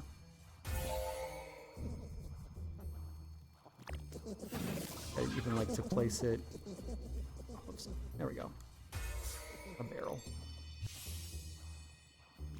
And what the heck? Make the other barrel my friend. Hay bale. Really distract everyone. Meanwhile, just slip out the back and let the thing.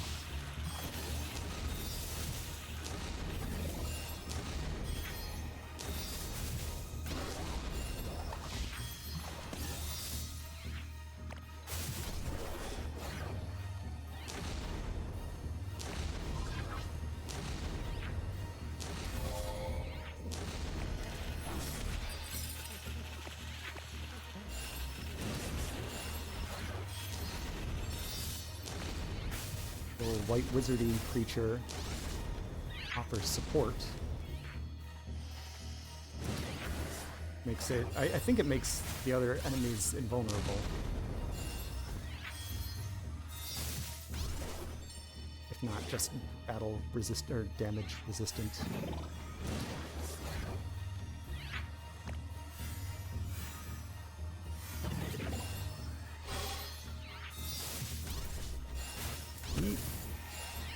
Backed away sooner.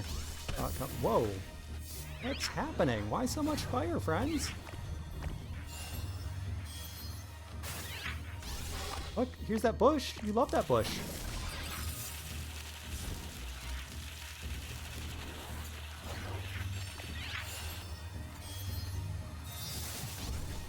Alright, fine. How about instead of me killing you, my bidding?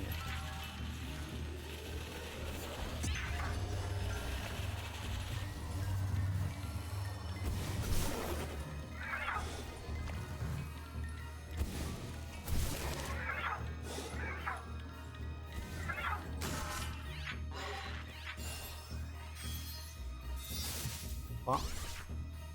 Still alive, huh?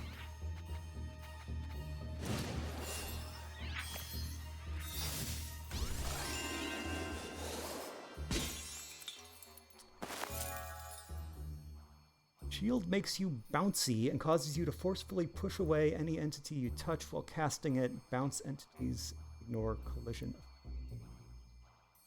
I've gotten that one before, but I have kind of a good set of shield things. I wonder if maybe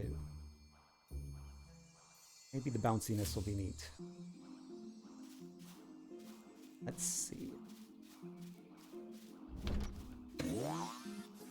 Well, if nothing else, it makes a bouncy sound effect.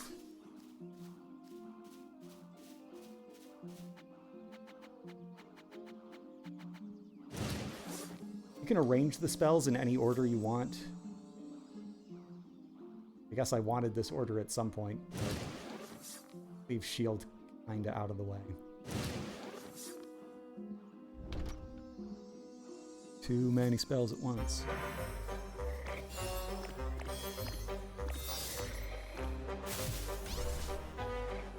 Alright. Keep talking about shields like I'm going to use one.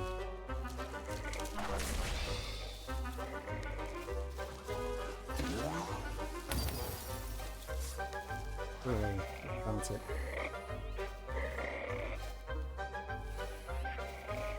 You. Keep some ice at me. No, you want it. Put it up.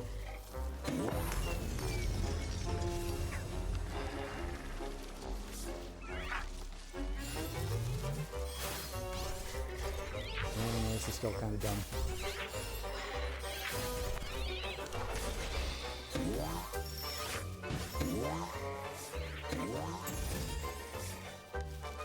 It's too tight. This is so much better.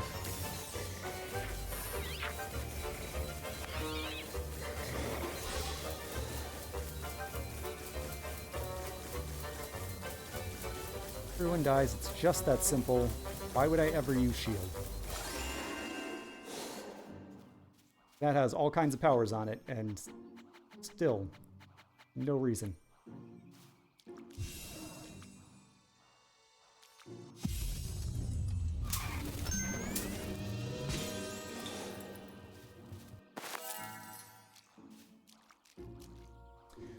More shield. I don't care. Right, so yeah, if I am near this guy, he's the bush is in my radius, then it also gets bouncy. I can make allies really easily.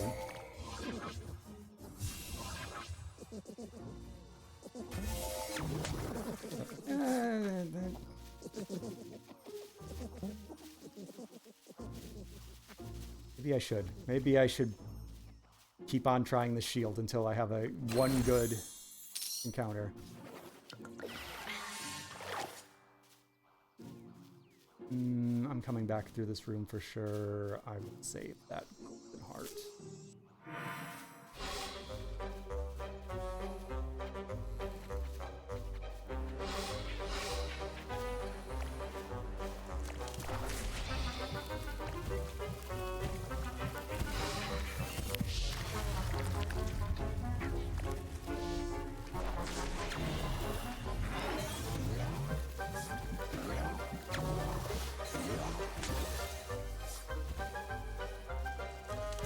I guess you can kind of do some stuff with that. It's sort of neat.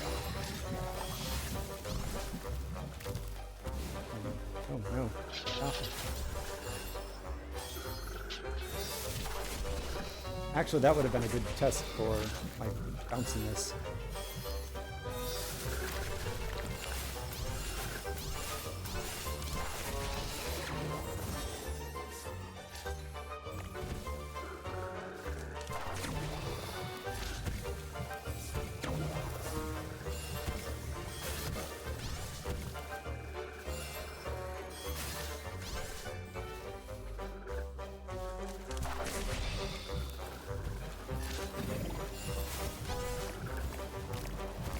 Aim at the right one. This one. No. Yes. You.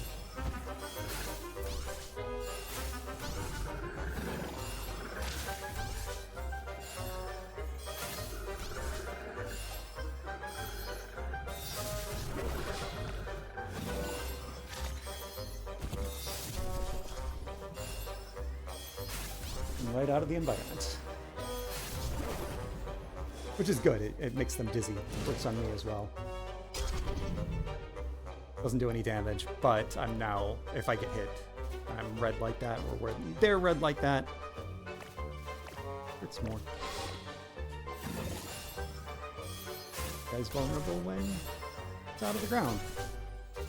He has plants. Plants hate the air. What is my puzzle?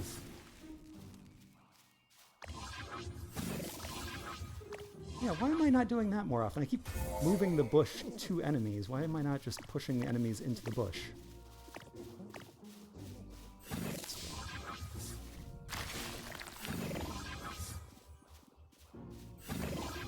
Full hill somewhere?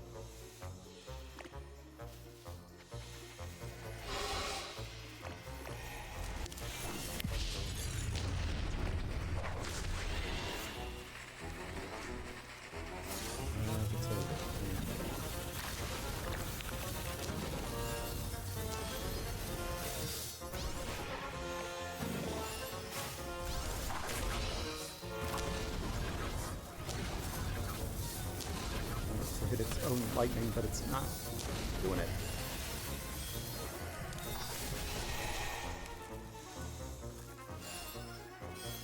When I'm charging my shots like this, it makes me walk very slowly. And for a time, that was my go-to bring this artifact into each run artifact. You can really mess a guy up when you can dodge and charge at the same time. Suddenly your default attack is a lot more useful.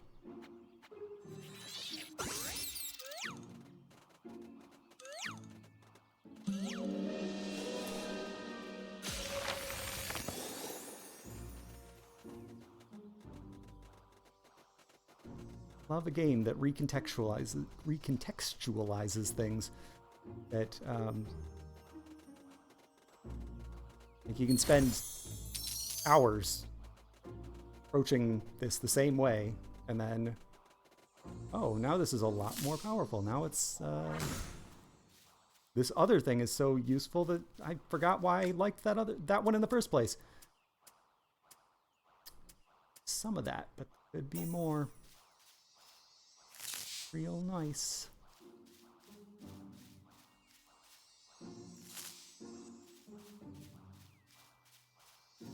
I haven't played Hades in forever, and I probably do need to stream that someday. I haven't played Hades 2 at all. It's still in early access, I think.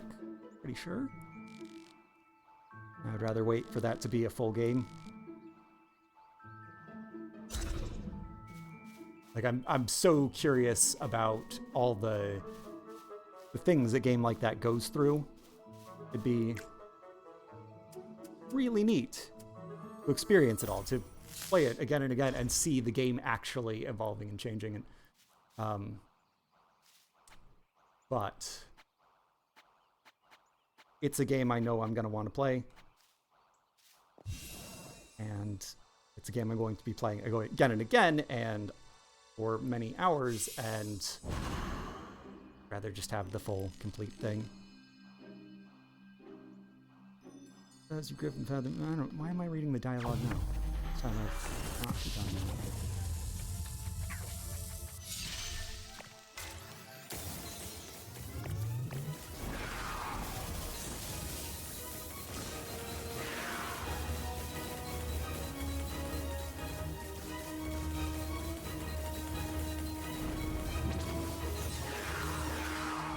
Oops. Okay, I'm ready again. Well, I wasn't ready yet.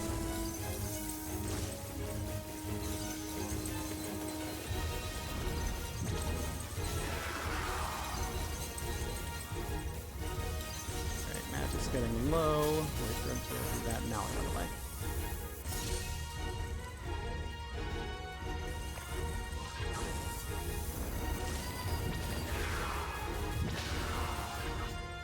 Just used you to shoot everyone else.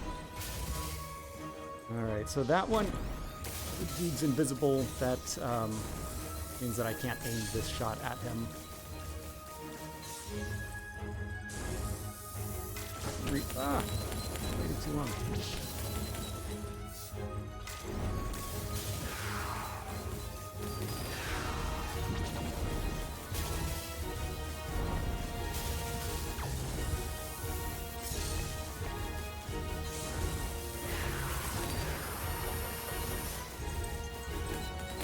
Rock, charge back up.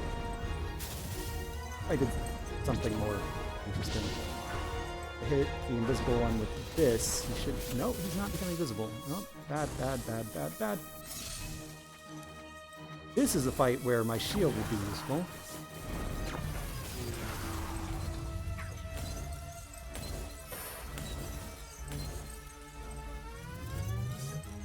A couple of allies, too.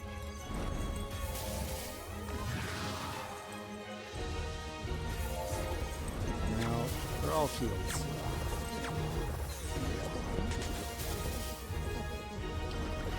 Nope, still kind of done.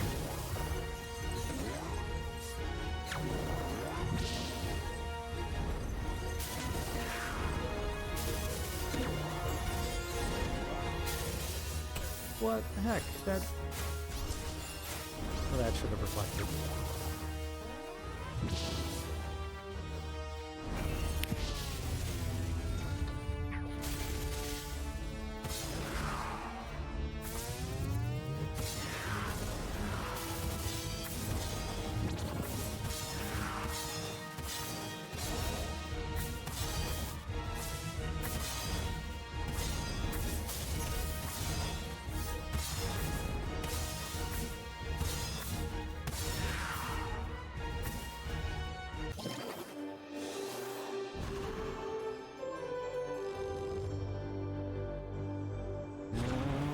Boss.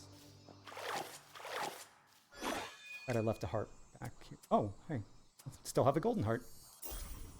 Don't mind if I take that with me.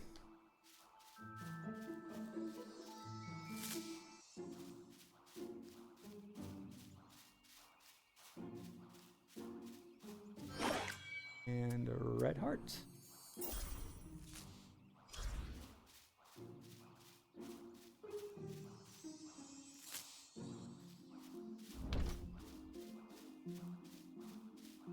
Where are you, Red Hawk? Did I not open that door?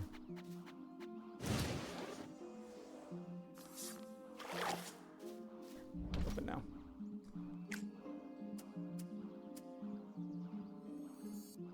Yeah, I bought everything already. I'm good. I'm ready to go.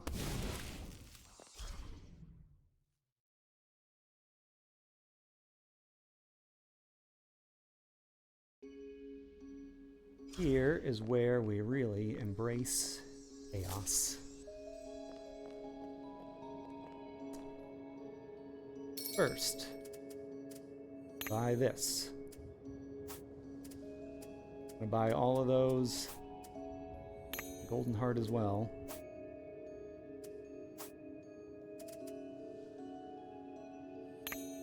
Oh no! Oh no! That was dumb.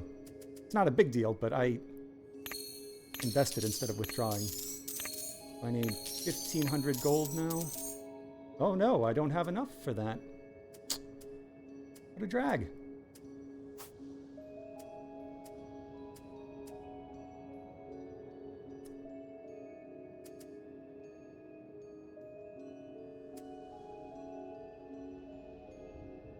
None of these matter, but it's okay because none of these matter.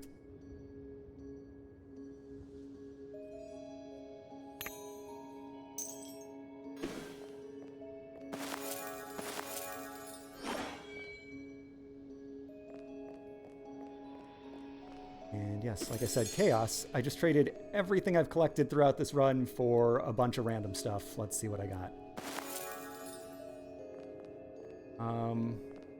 It only works on non-boss enemies. Useless. Freeze continuously restores mana when it hits a frozen target. Well, not really that helpful. When I levitate things, they get big. When I use freeze, it pulls stuff in toward me. When I bomb stuff, it might explode. Root affects a larger area. Okay, this one is good. Anything I hit with telekinesis becomes electric. Very good against this boss. Which pulls things in toward me. Okay, so if there were things... Yeah, there we go. Kind of good. Barrage pierces stuff. Neat, not really useful on this fight. That's the one right there. Nothing else really matters.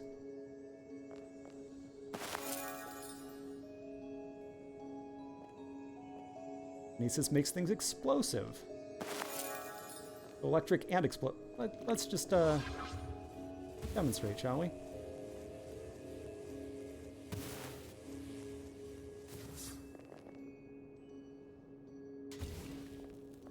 Bigger things will have bigger. Holy charge. So I can do that by switching, but I can also levitate things.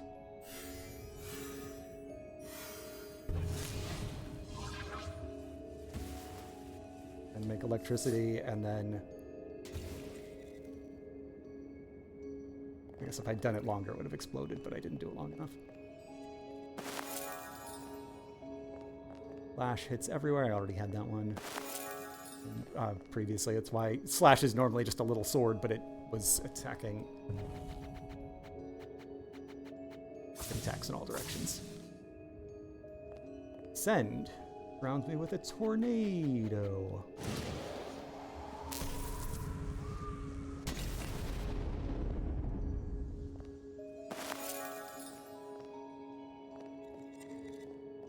So if something is already levitating, and I levitate it again, it smashes it against the ground. And apparently creates another vortex. Yeah, this fight's not going to be terribly difficult.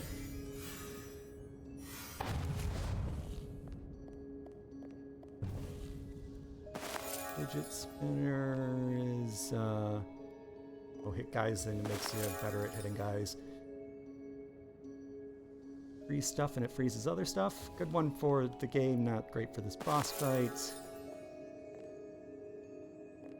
Burns any entity you touch, and also makes it explosive. That count with objects?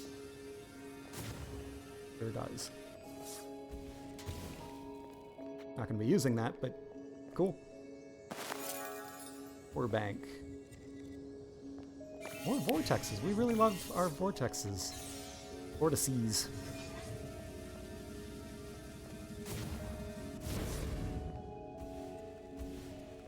Yeah, that's a cool combination of things. Field makes me bouncy. Ash makes guys dizzy. Docile makes me move faster. All right. So we're not going to need most of that, but I might have gotten some new shield things in it. Don't know. Shield artifacts. No, still missing one. 1, 2, 3, 4, 5 more. All of that. I bought everything I could afford. Traded it all for new stuff. Still have 5 things remaining.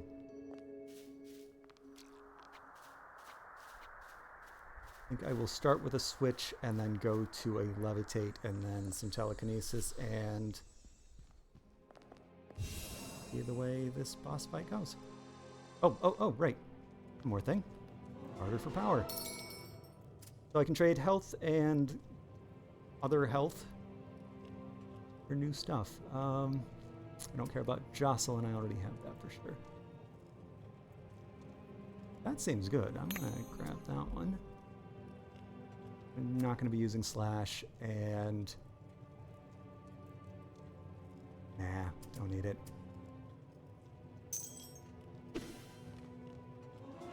Oh. Thank you for placing the object directly on the spot. The same button does different things.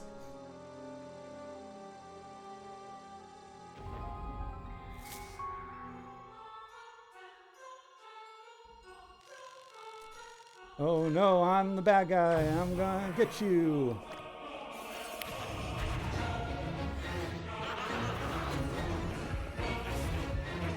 I really don't need to use shield. It's stupid for me to try using shield. Look at that. The bush is just killing it for me. Let's levitate that bush.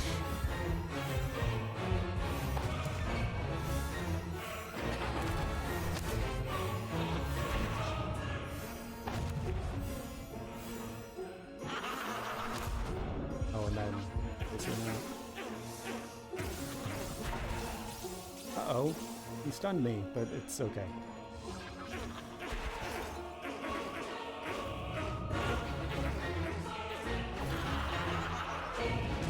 Yeah, I'm doing all right here.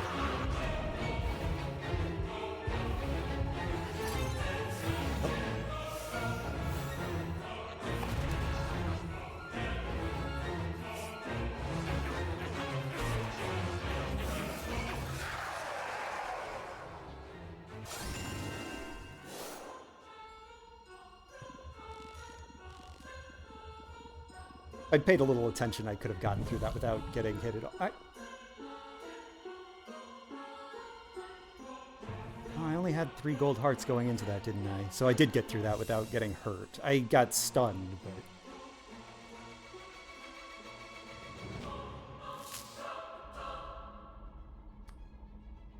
but... And that's pretty much the strategy I'm going to use on this one, too.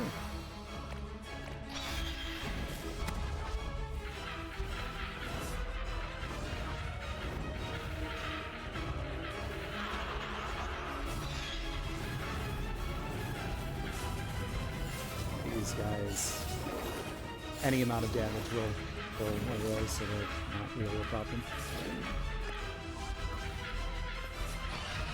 Fly into the bush.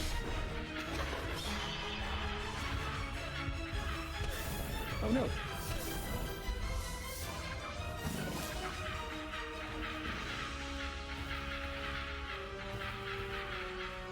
Final boss, hardest difficulty.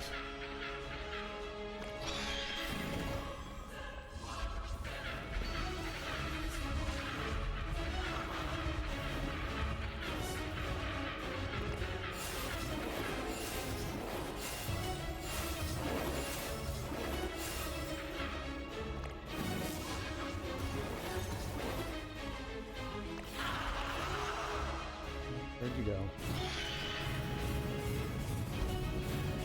Well, rats, I do actually have to dodge this one.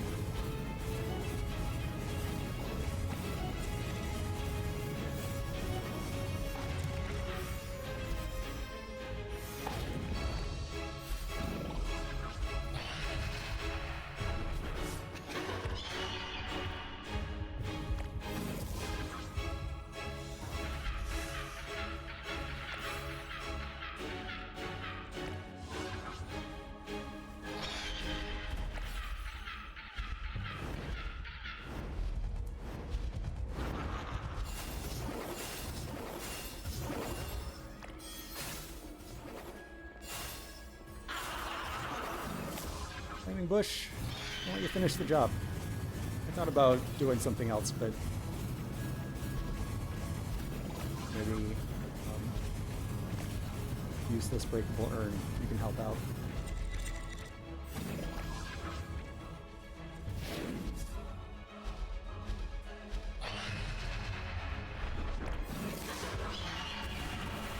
Go away. Go away. Go over there.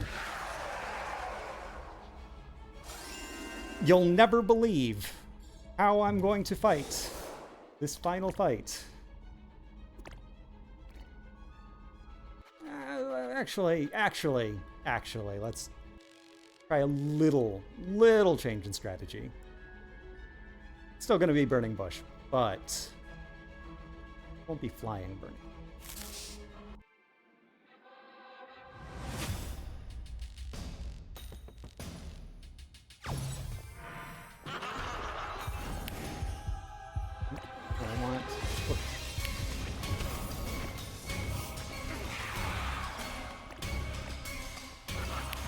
We have to kill all these purple things. And it's pretty easy to do. You can just... Right there.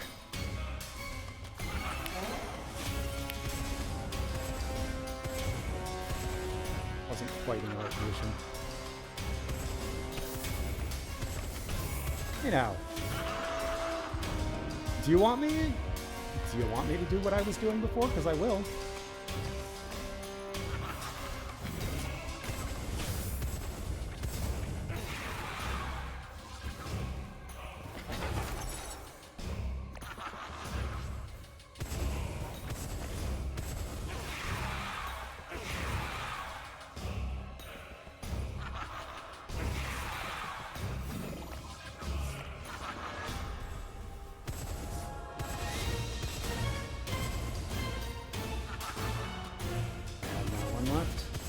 Dude, cut it out.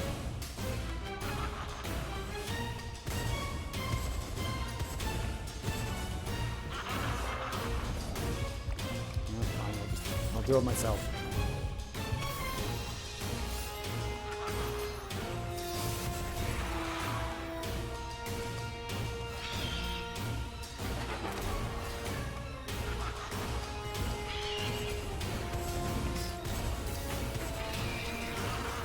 Oh, right, I don't have my reflective thing anymore, but this is fine. It still works. The Griffin gives me extra strength.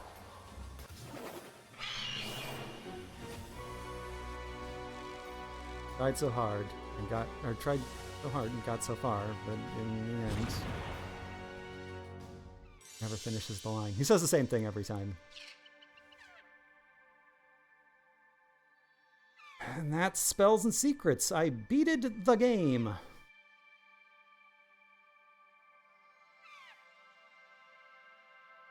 And talked to myself the whole time. If there is anybody watching, there is a chat here. You are welcome to speak along. Probably be more interesting if I am addressing a person instead of just sitting here speaking into a microphone, playing the same game I probably would have been playing even if I hadn't been streaming today. But if it's on the schedule, I play it. This was on the schedule, and next week we have the anniversary of the Sega Dreamcast. We're celebrating at 9 a.m. Central Time on Monday, September 9th, with Sega Dreamcast games. Which games? I have not yet decided. I put more thought into what games I'm going to play 2 weeks from now, on Thursday, the whatever day that is, at noon Central Time, than I have into what I'm playing on Monday. But whatever, it's Dreamcast. You put any disc in there, you're going to have a good time. Even if you don't put a disc in there, if it just goes boom, boom, boom, boom. It's a Sega Dreamcast. Wonderful. Look at all these business people. Yeah, this game is great fun.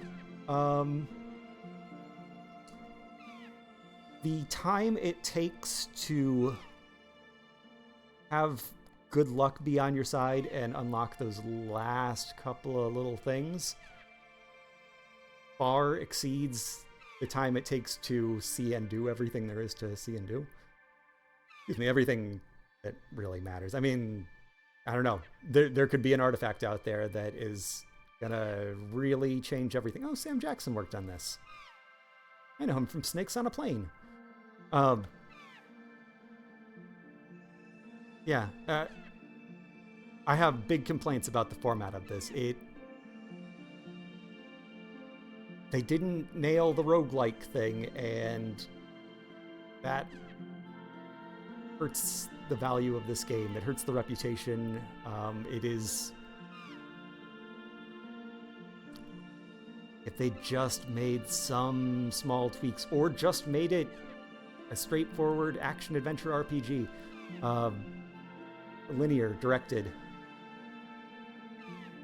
really gone one way or the other, I think it would have reviewed a little better, even if people don't know that's why they didn't put that as much as they want. I don't know. Have I read reviews of this? I don't even remember if I have. But it's a game that I did not know about until I owned it by chance. Also, the whatever character, whatever accent or whatever is supposed to be on Lucas Doros' name is not available in this font. It's a bummer because it is a fixable thing, and said it already, but it bears repeating. Even with that complaint, even with my certainty that some tweaks could make this a significantly better game, as a roguelike that I can win almost every time, it's kind of, yeah, like, it's a feel-good game. Even with that frustration, it's nice to just be able to turn this game on and be like, yep, gonna win it again. Maybe I'll run through fast this time. Maybe I'll try not to get hit by anything. Maybe I'll limit myself to a couple of spells. Or maybe I'll just grind it out and try to get the last few things. But, like, I am not an achievement junkie. I do not care about those points at all. This is not even... I don't have the Steam version of this. I don't even know... Is this on the Amazon Games client and I'm just running it through Steam so that I can have good controller support? I don't know. Like, these aren't achievements in the... This feeds into my account and I can show it off to all my friends achievement sense. Because I'm not on a platform that has profile achievements. And I have all my social stuff turned off on Steam anyway, so truly don't care. It does not interest me in most games. But you unlock stuff. You get new costumes and things by meeting certain requirements. New articles of clothing. And even though I already have my character pretty much looking the way I want him, and I made my Travis touchdown pretty much looking the way I want him, I'd rather have, like, some new faces or body types or something before I would need more clothes. How about some new glasses? There are very few glasses in here. Anyway, there are external incentives for me to keep playing this game past the point where it's fun. I am not terribly driven by those in most games or in this game. But I'm having enough fun with it still, even after finding pretty unbeatable strategies. Being able to do it consistently, really just waiting for luck to be on my side and hoping I get something new. There's still enough room for creativity and discovery that I keep coming back to this, that this is just a long-term comfort game for me. There's some Jakes in there, right? Hey, a bunch of Jakes. A Jake S, even, but not me. Anyway, I don't need to sit through this. Let's see, I have about half an hour left on the schedule, and as I said, follow the schedule. Play when I say I'm going to play. Because I don't play. Let's see if I can get through the whole thing. Just speeding through, being as cheap as I want to be. I'm going to turn the difficulty down to nothing. I'm not going to seek out each secret. I'm not going to solve a lot of puzzles. I might get a couple secrets here and there, just because I don't want to be left without any power-ups, but not going to be a huge... Let's see. Okay, I've started 28 times. Sometimes I hit a bug and I have to quit. And a couple of times I've even died. Only beaten it on the full difficulty 6 times. I'm happy to keep on running through it easily. I don't... The extra challenge is not that challenging. It's just, it takes more time.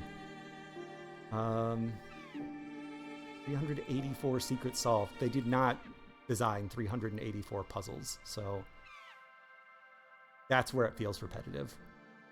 83 bosses vanquished. There are, what, like 10, 12 bosses in the whole game. And when you're fighting 2 of them at once, you get different combinations. That's neat. That changes the strategy a little bit, but not enough bosses to ask me to keep coming back to the game that many times. And yeah, 138,620 experience gained, and I still have a bunch of stuff to buy. 32 hours. Part of that is like leaving it on and like tinkering with settings for streaming purposes, but a lot of that is time spent playing. Real into this game. Highly recommended. I heard the Switch version has problems that are not likely to ever get fixed. So beware of that, but buy a power-up.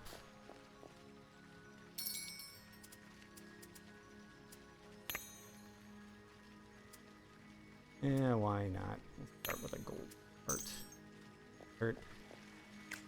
Oh, got a quickly run through, find the guys, all the people I saved during that run come out here. They have things to say. Oh, it's you, Jake. Although I got lost, I somehow found my way back. I'll tell you another thing. By transforming into a mouse, the nasty beast will no longer consider you an enemy. This is very useful for scouting out a room and devising a strategy before rushing into combat.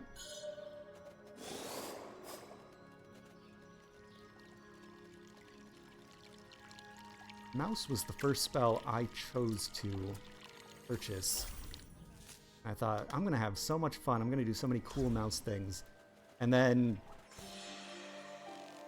most of the other spells are more useful and run into bugs. Mouse things. In fact, I think there's one I can consistently recreate. Okay. Should be able to show. It's pretty harmless and easily fixed. But just as an example.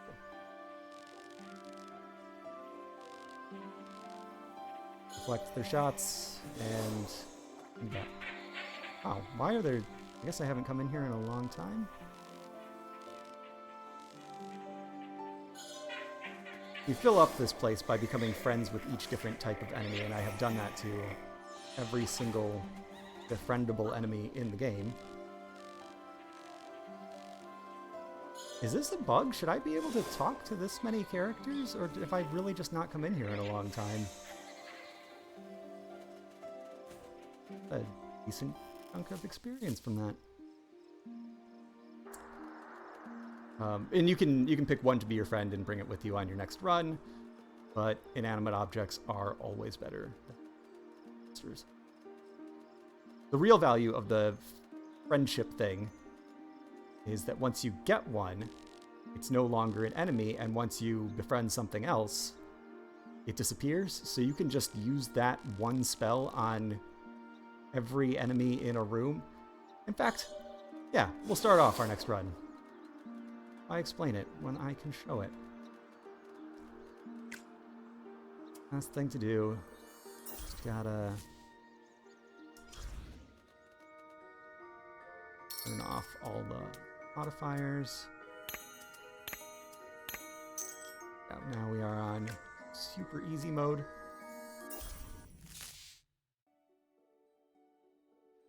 We run over here to start a new run, but oh, weird. Usually when you're in mouse form, it doesn't work.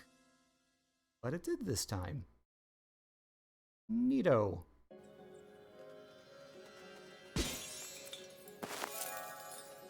Oh, I meant to pick that up, and forgot. Gave it to me anyway. Perfect. Yeah, that's like my go-to move. Alright, so, yeah, I'm gonna sacrifice my burning bush. I don't really need it. Show that. There we go. Friendship.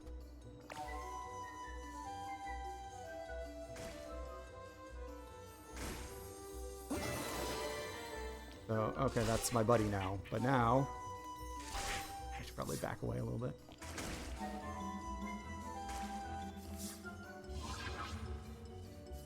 I want them to touch each other, because then... Oh. Right, so that one disappears, and now I can just do this to fight him the standard way, wait for him to expose his weakness, and attack him with attacks, and...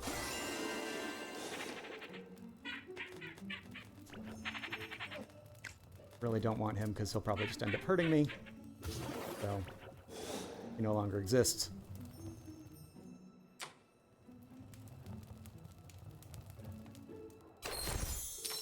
All this early puzzle just... Actually, now, move on to the next room. That's right, I'm speedrunning. Now we show off the winning strategy.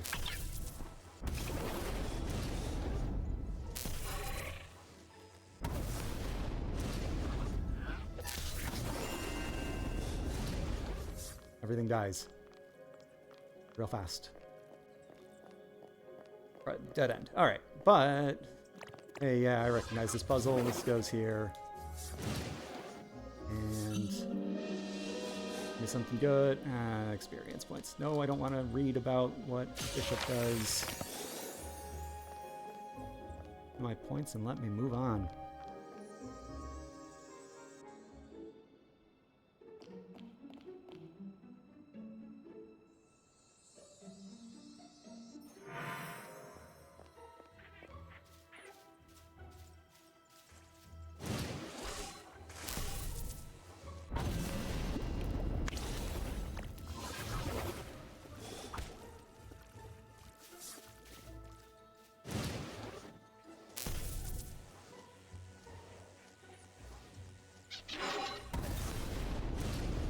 So even with his reflective magic thing, 2 hits, dead. Hold. And that's a puzzle that's quick to solve. This seems like maybe a little too strong. Don't need that.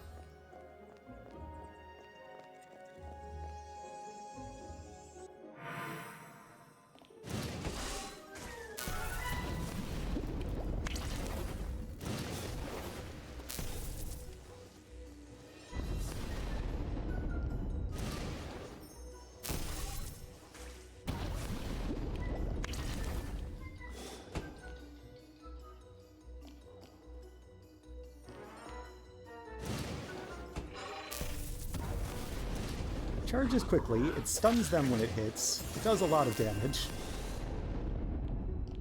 I'm off the ground, so it's harder for most things to hit me.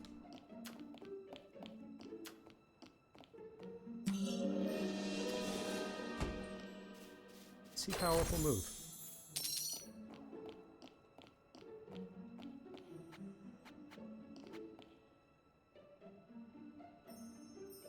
Gonna move mouse. Here. And yeah, there we go. Now switch to speedy mouse in between and hope it doesn't cause any problems. Don't know for sure that it does. It just seems like most of the time when I've run into pretty bad bugs, the times when I've been trying to speedrun and use the mouse a lot. That's this.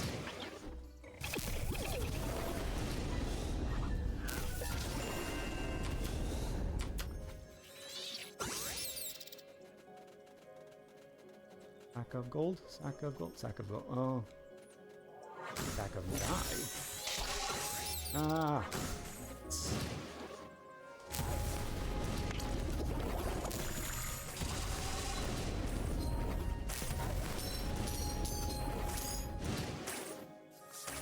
Now, I was 30-something hours into this game before I ever got this ability.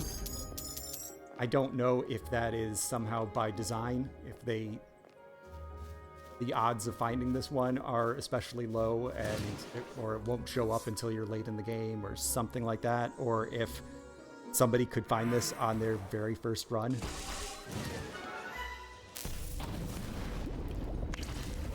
I don't want to make any big claims about game balance or nonsense like that, but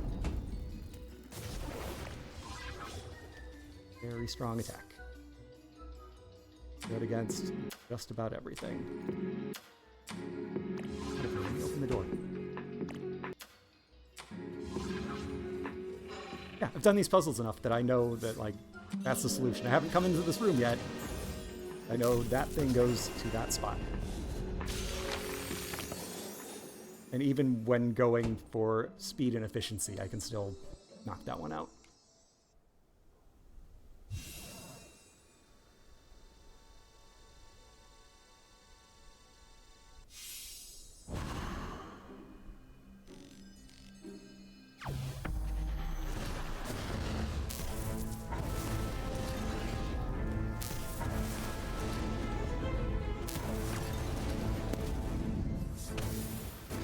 That hit one time.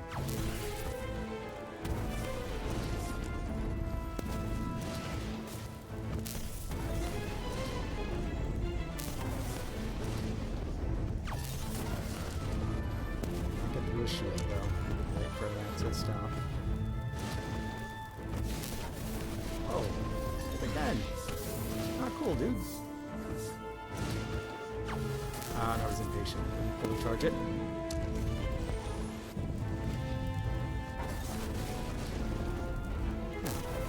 Setting your own fire. How do you like it?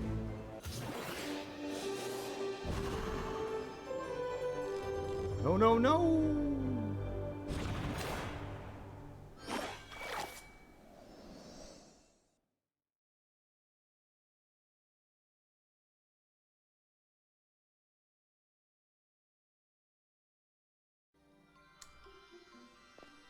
Uh, 7 minutes to do that.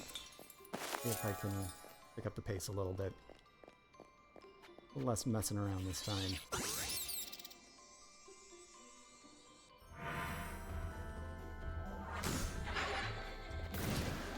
Oh no, an electric guy.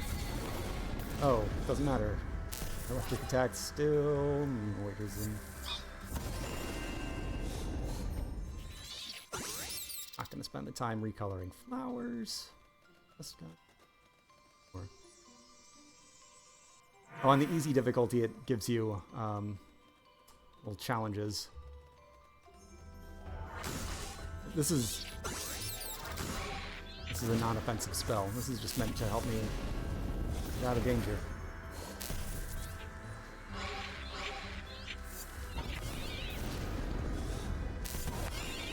Rescue a schoolmate. Will not be going out of my way for that.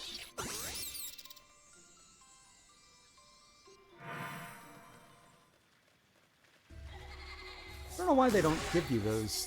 I guess that's kind of tutorializing. Teaching you to use your moves in different ways. So by the time you're up to the final difficulty, they don't think you need that kind of incentive.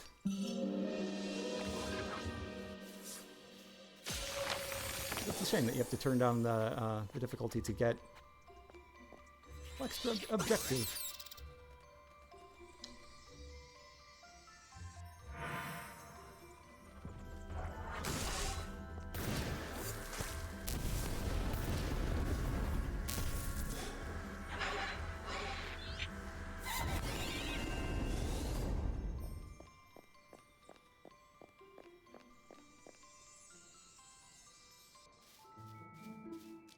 Well, wasn't looking for it, but solved that as well.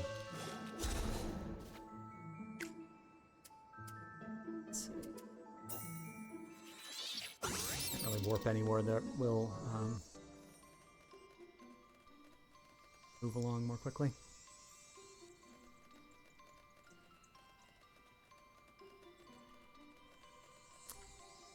Like mousing around though. I'm just a little mouse. Don't mind me.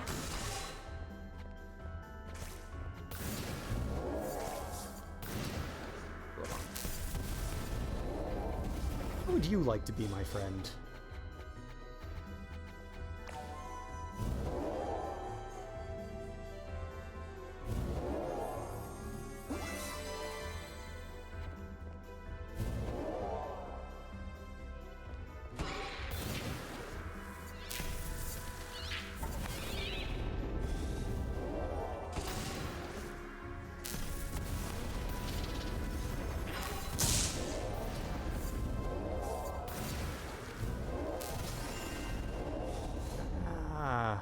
You know what? I'm using so much electricity. Why not?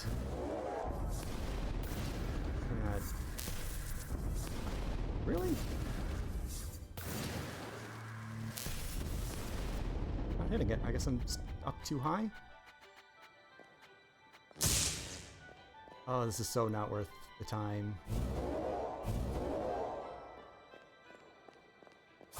Sunk cost.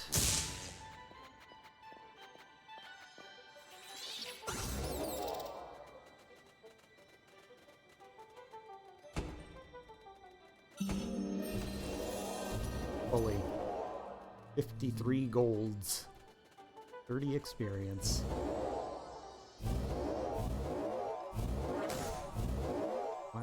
I came from this room.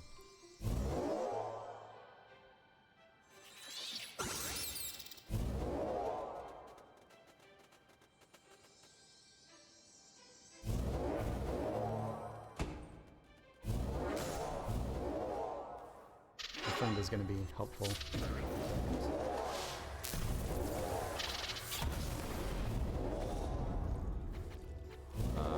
Get on the ground. Get up, get it down.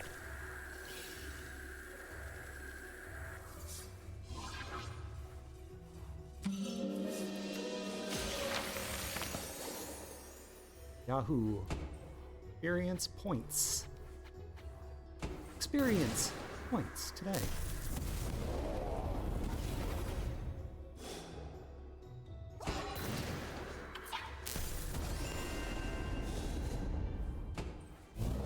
Multi-point experience.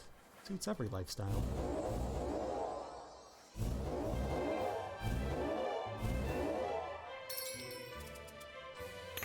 Gap form, I already have that one. I don't care about it. In top and mouse form, do I have that? Yeah, I have all the mousies. Cool. Alt attack is more gooder. Well, I said I wouldn't mess around so much, and now there's no way I'm gonna be done on the half hour. I have a floor to go. I'm gonna finish this run. Oh no! The guy actually got through. One attack.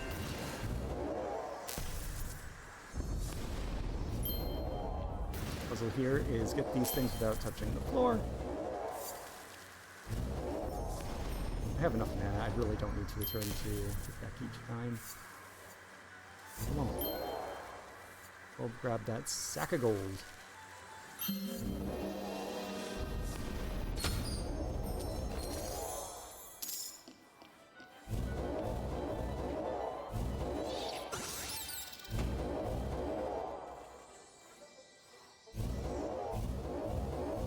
Don't care about a challenge room. Just want to get the boss and get out of here.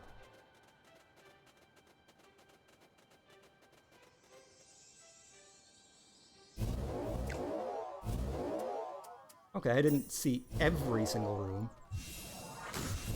Just most of them. Now my strategy here is I'm going to levitate and then do the shock attack.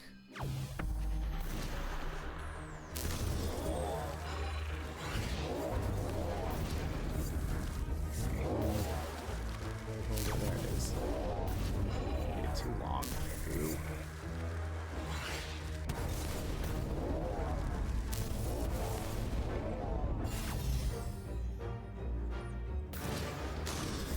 Come on.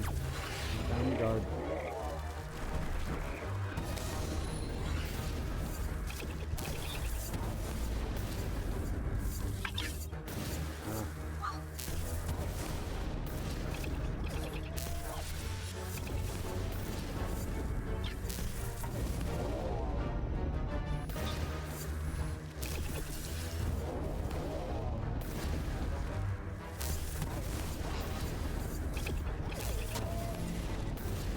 See? Do you see how the strategy works?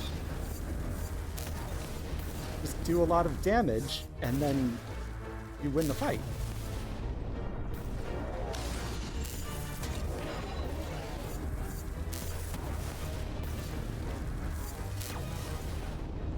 Really? Come on. No shield.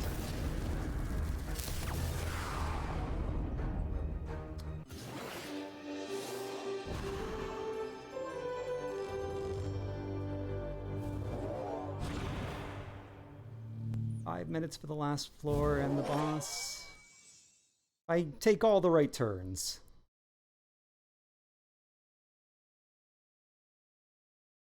This could happen. It does not matter in the slightest if it does happen. Good. I don't recognize anything. That's a bug, right? Oh.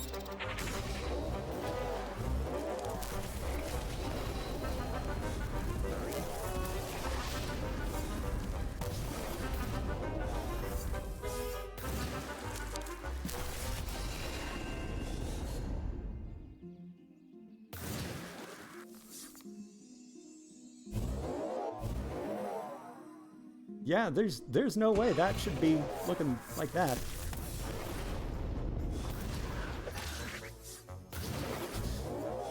Thank you for taking care of yourself for me.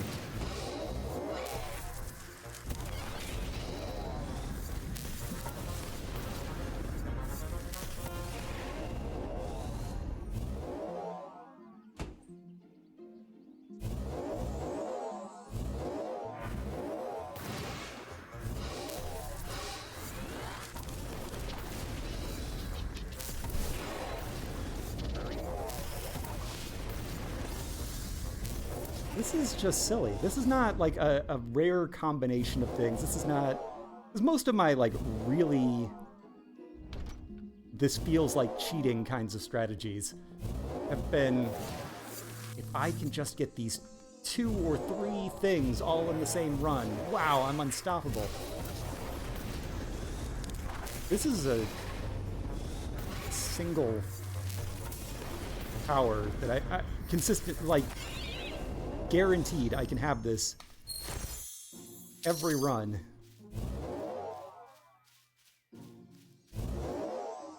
That's just a part of the game, which is cool. I am not a big advocate of game balance as it is traditionally understood. Maybe not traditionally, but when I see losers on the internet complaining about, like, the game's not balanced. He's OP, gotta nerf the...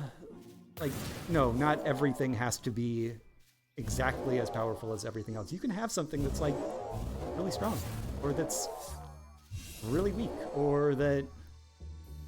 I don't need a challenge room. Hang on. Games should get stupid and weird. What they do best.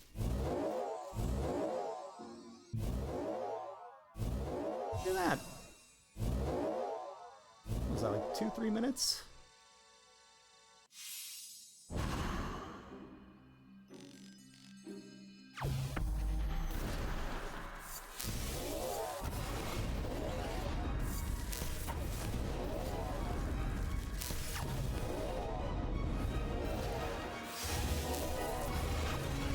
Your little friend does not get to ride.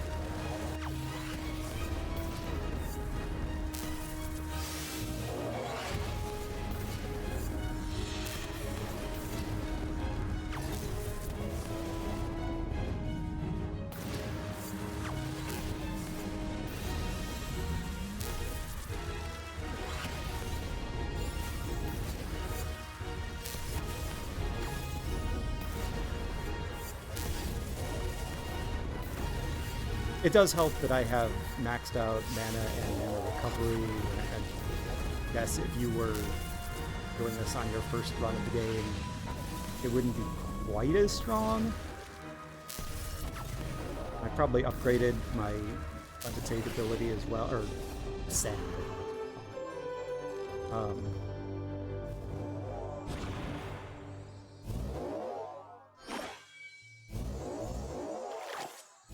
You have to actually find the thing and unlock the thing that lets you bring in an artifact of your choice. I'm just saying, when you're at this point, it's pretty stupid. In a great way. Sell any of this stuff. Where's that? Oh, I haven't picked it up yet because I'm talking to you. Great. Sell. Not that I need the other ones either. Let's do this, red friend.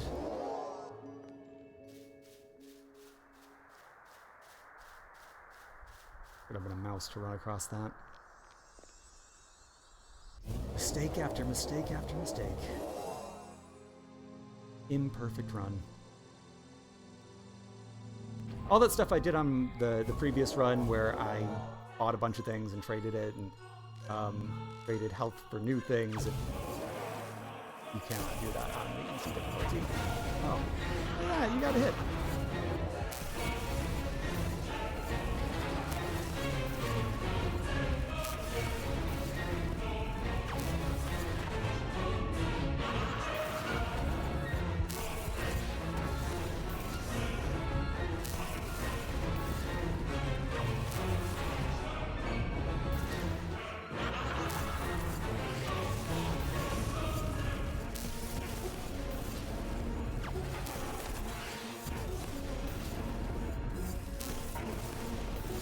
I found strategies that work very effectively against this boss, and like, you absolutely will not get touched.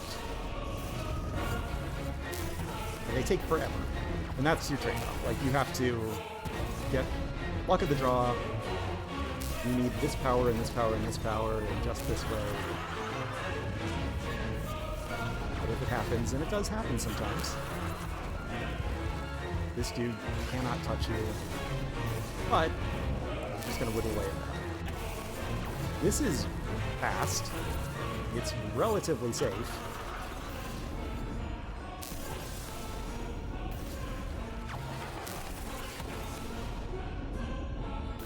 Very easy. That looked like the shot should have hit me.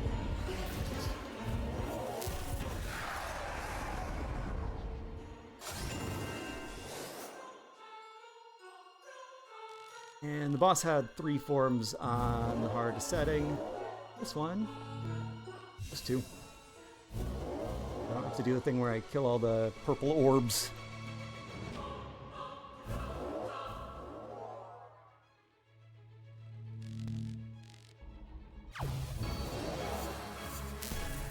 Down the shield.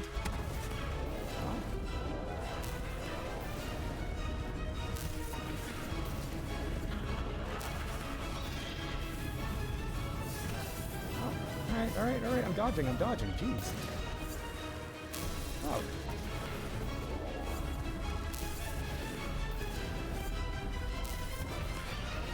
I had this power on the last run also, at the very end. I thought about doing the same strategy. Decided against it since I had intended to do this.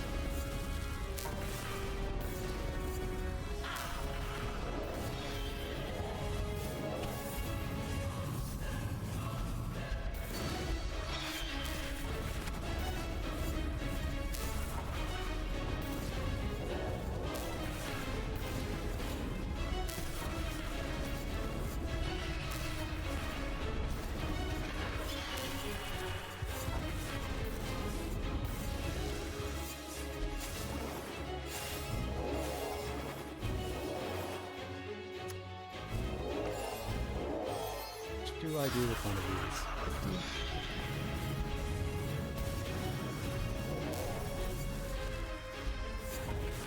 Maybe do 50. I'll these two.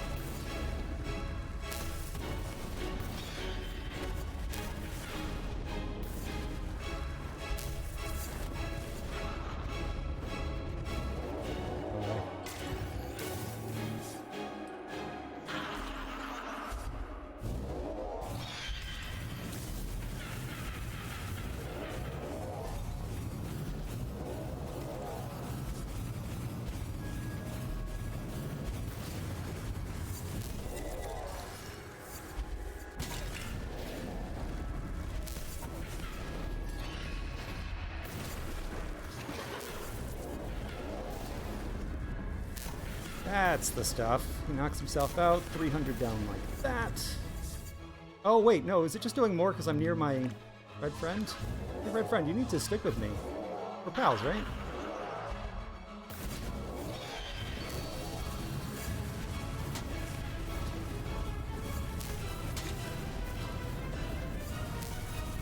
Oh, he can't stick with me because my stupid freeze power freezes him and then loses his power. I don't get it.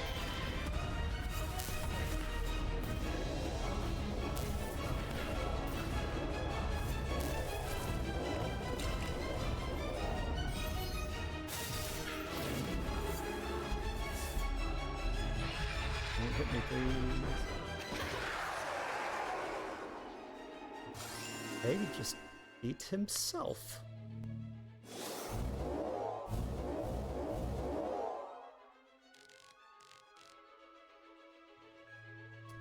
Alright, so I went over by like 5 or 6 minutes, but still. 2 runs of that game in one stream. I feel like I've shown off what it's about. That was Spells and Secrets? Yes, it was. I was asking that question to myself. And now I'm answering that question. It is, for sure, Spells and Secrets. It's very fun. Maybe do some research before playing it on Switch, because I hear there are issues. But do play it however you can. I think it's fun stuff. I don't really have any need for like Harry Potter stuff, but I know that there are people who care about. I liked the books at the time. I saw problems with them and told myself, no, they're not problems. And now I admit that like it's not just an author problem; it's those books are problems. And the movies were always terrible. And the first time I saw that first movie, I was like, this is trash. How can anyone enjoy this? But my point is, some people like Harry Potter stuff and want to have more of it in their lives. They don't want to do anything that financially supports J.K. Rowling, or they even engaging with things they already own, or pirating things or whatever. Like, it's just uncomfortable. This is that wizard school Harry Potter thing without being Harry Potter, so if you're into that, maybe you're into this. I don't know. I'm not you. You're not here. I just checked the viewer count. It is for sure just me talking to myself, but there will be an archive. Maybe this will be seen by someone someday. Until then, thank you for watching in the future, which is the past for you, but the future for me. I will see you, or will have seen you, on another stream someday. Bye!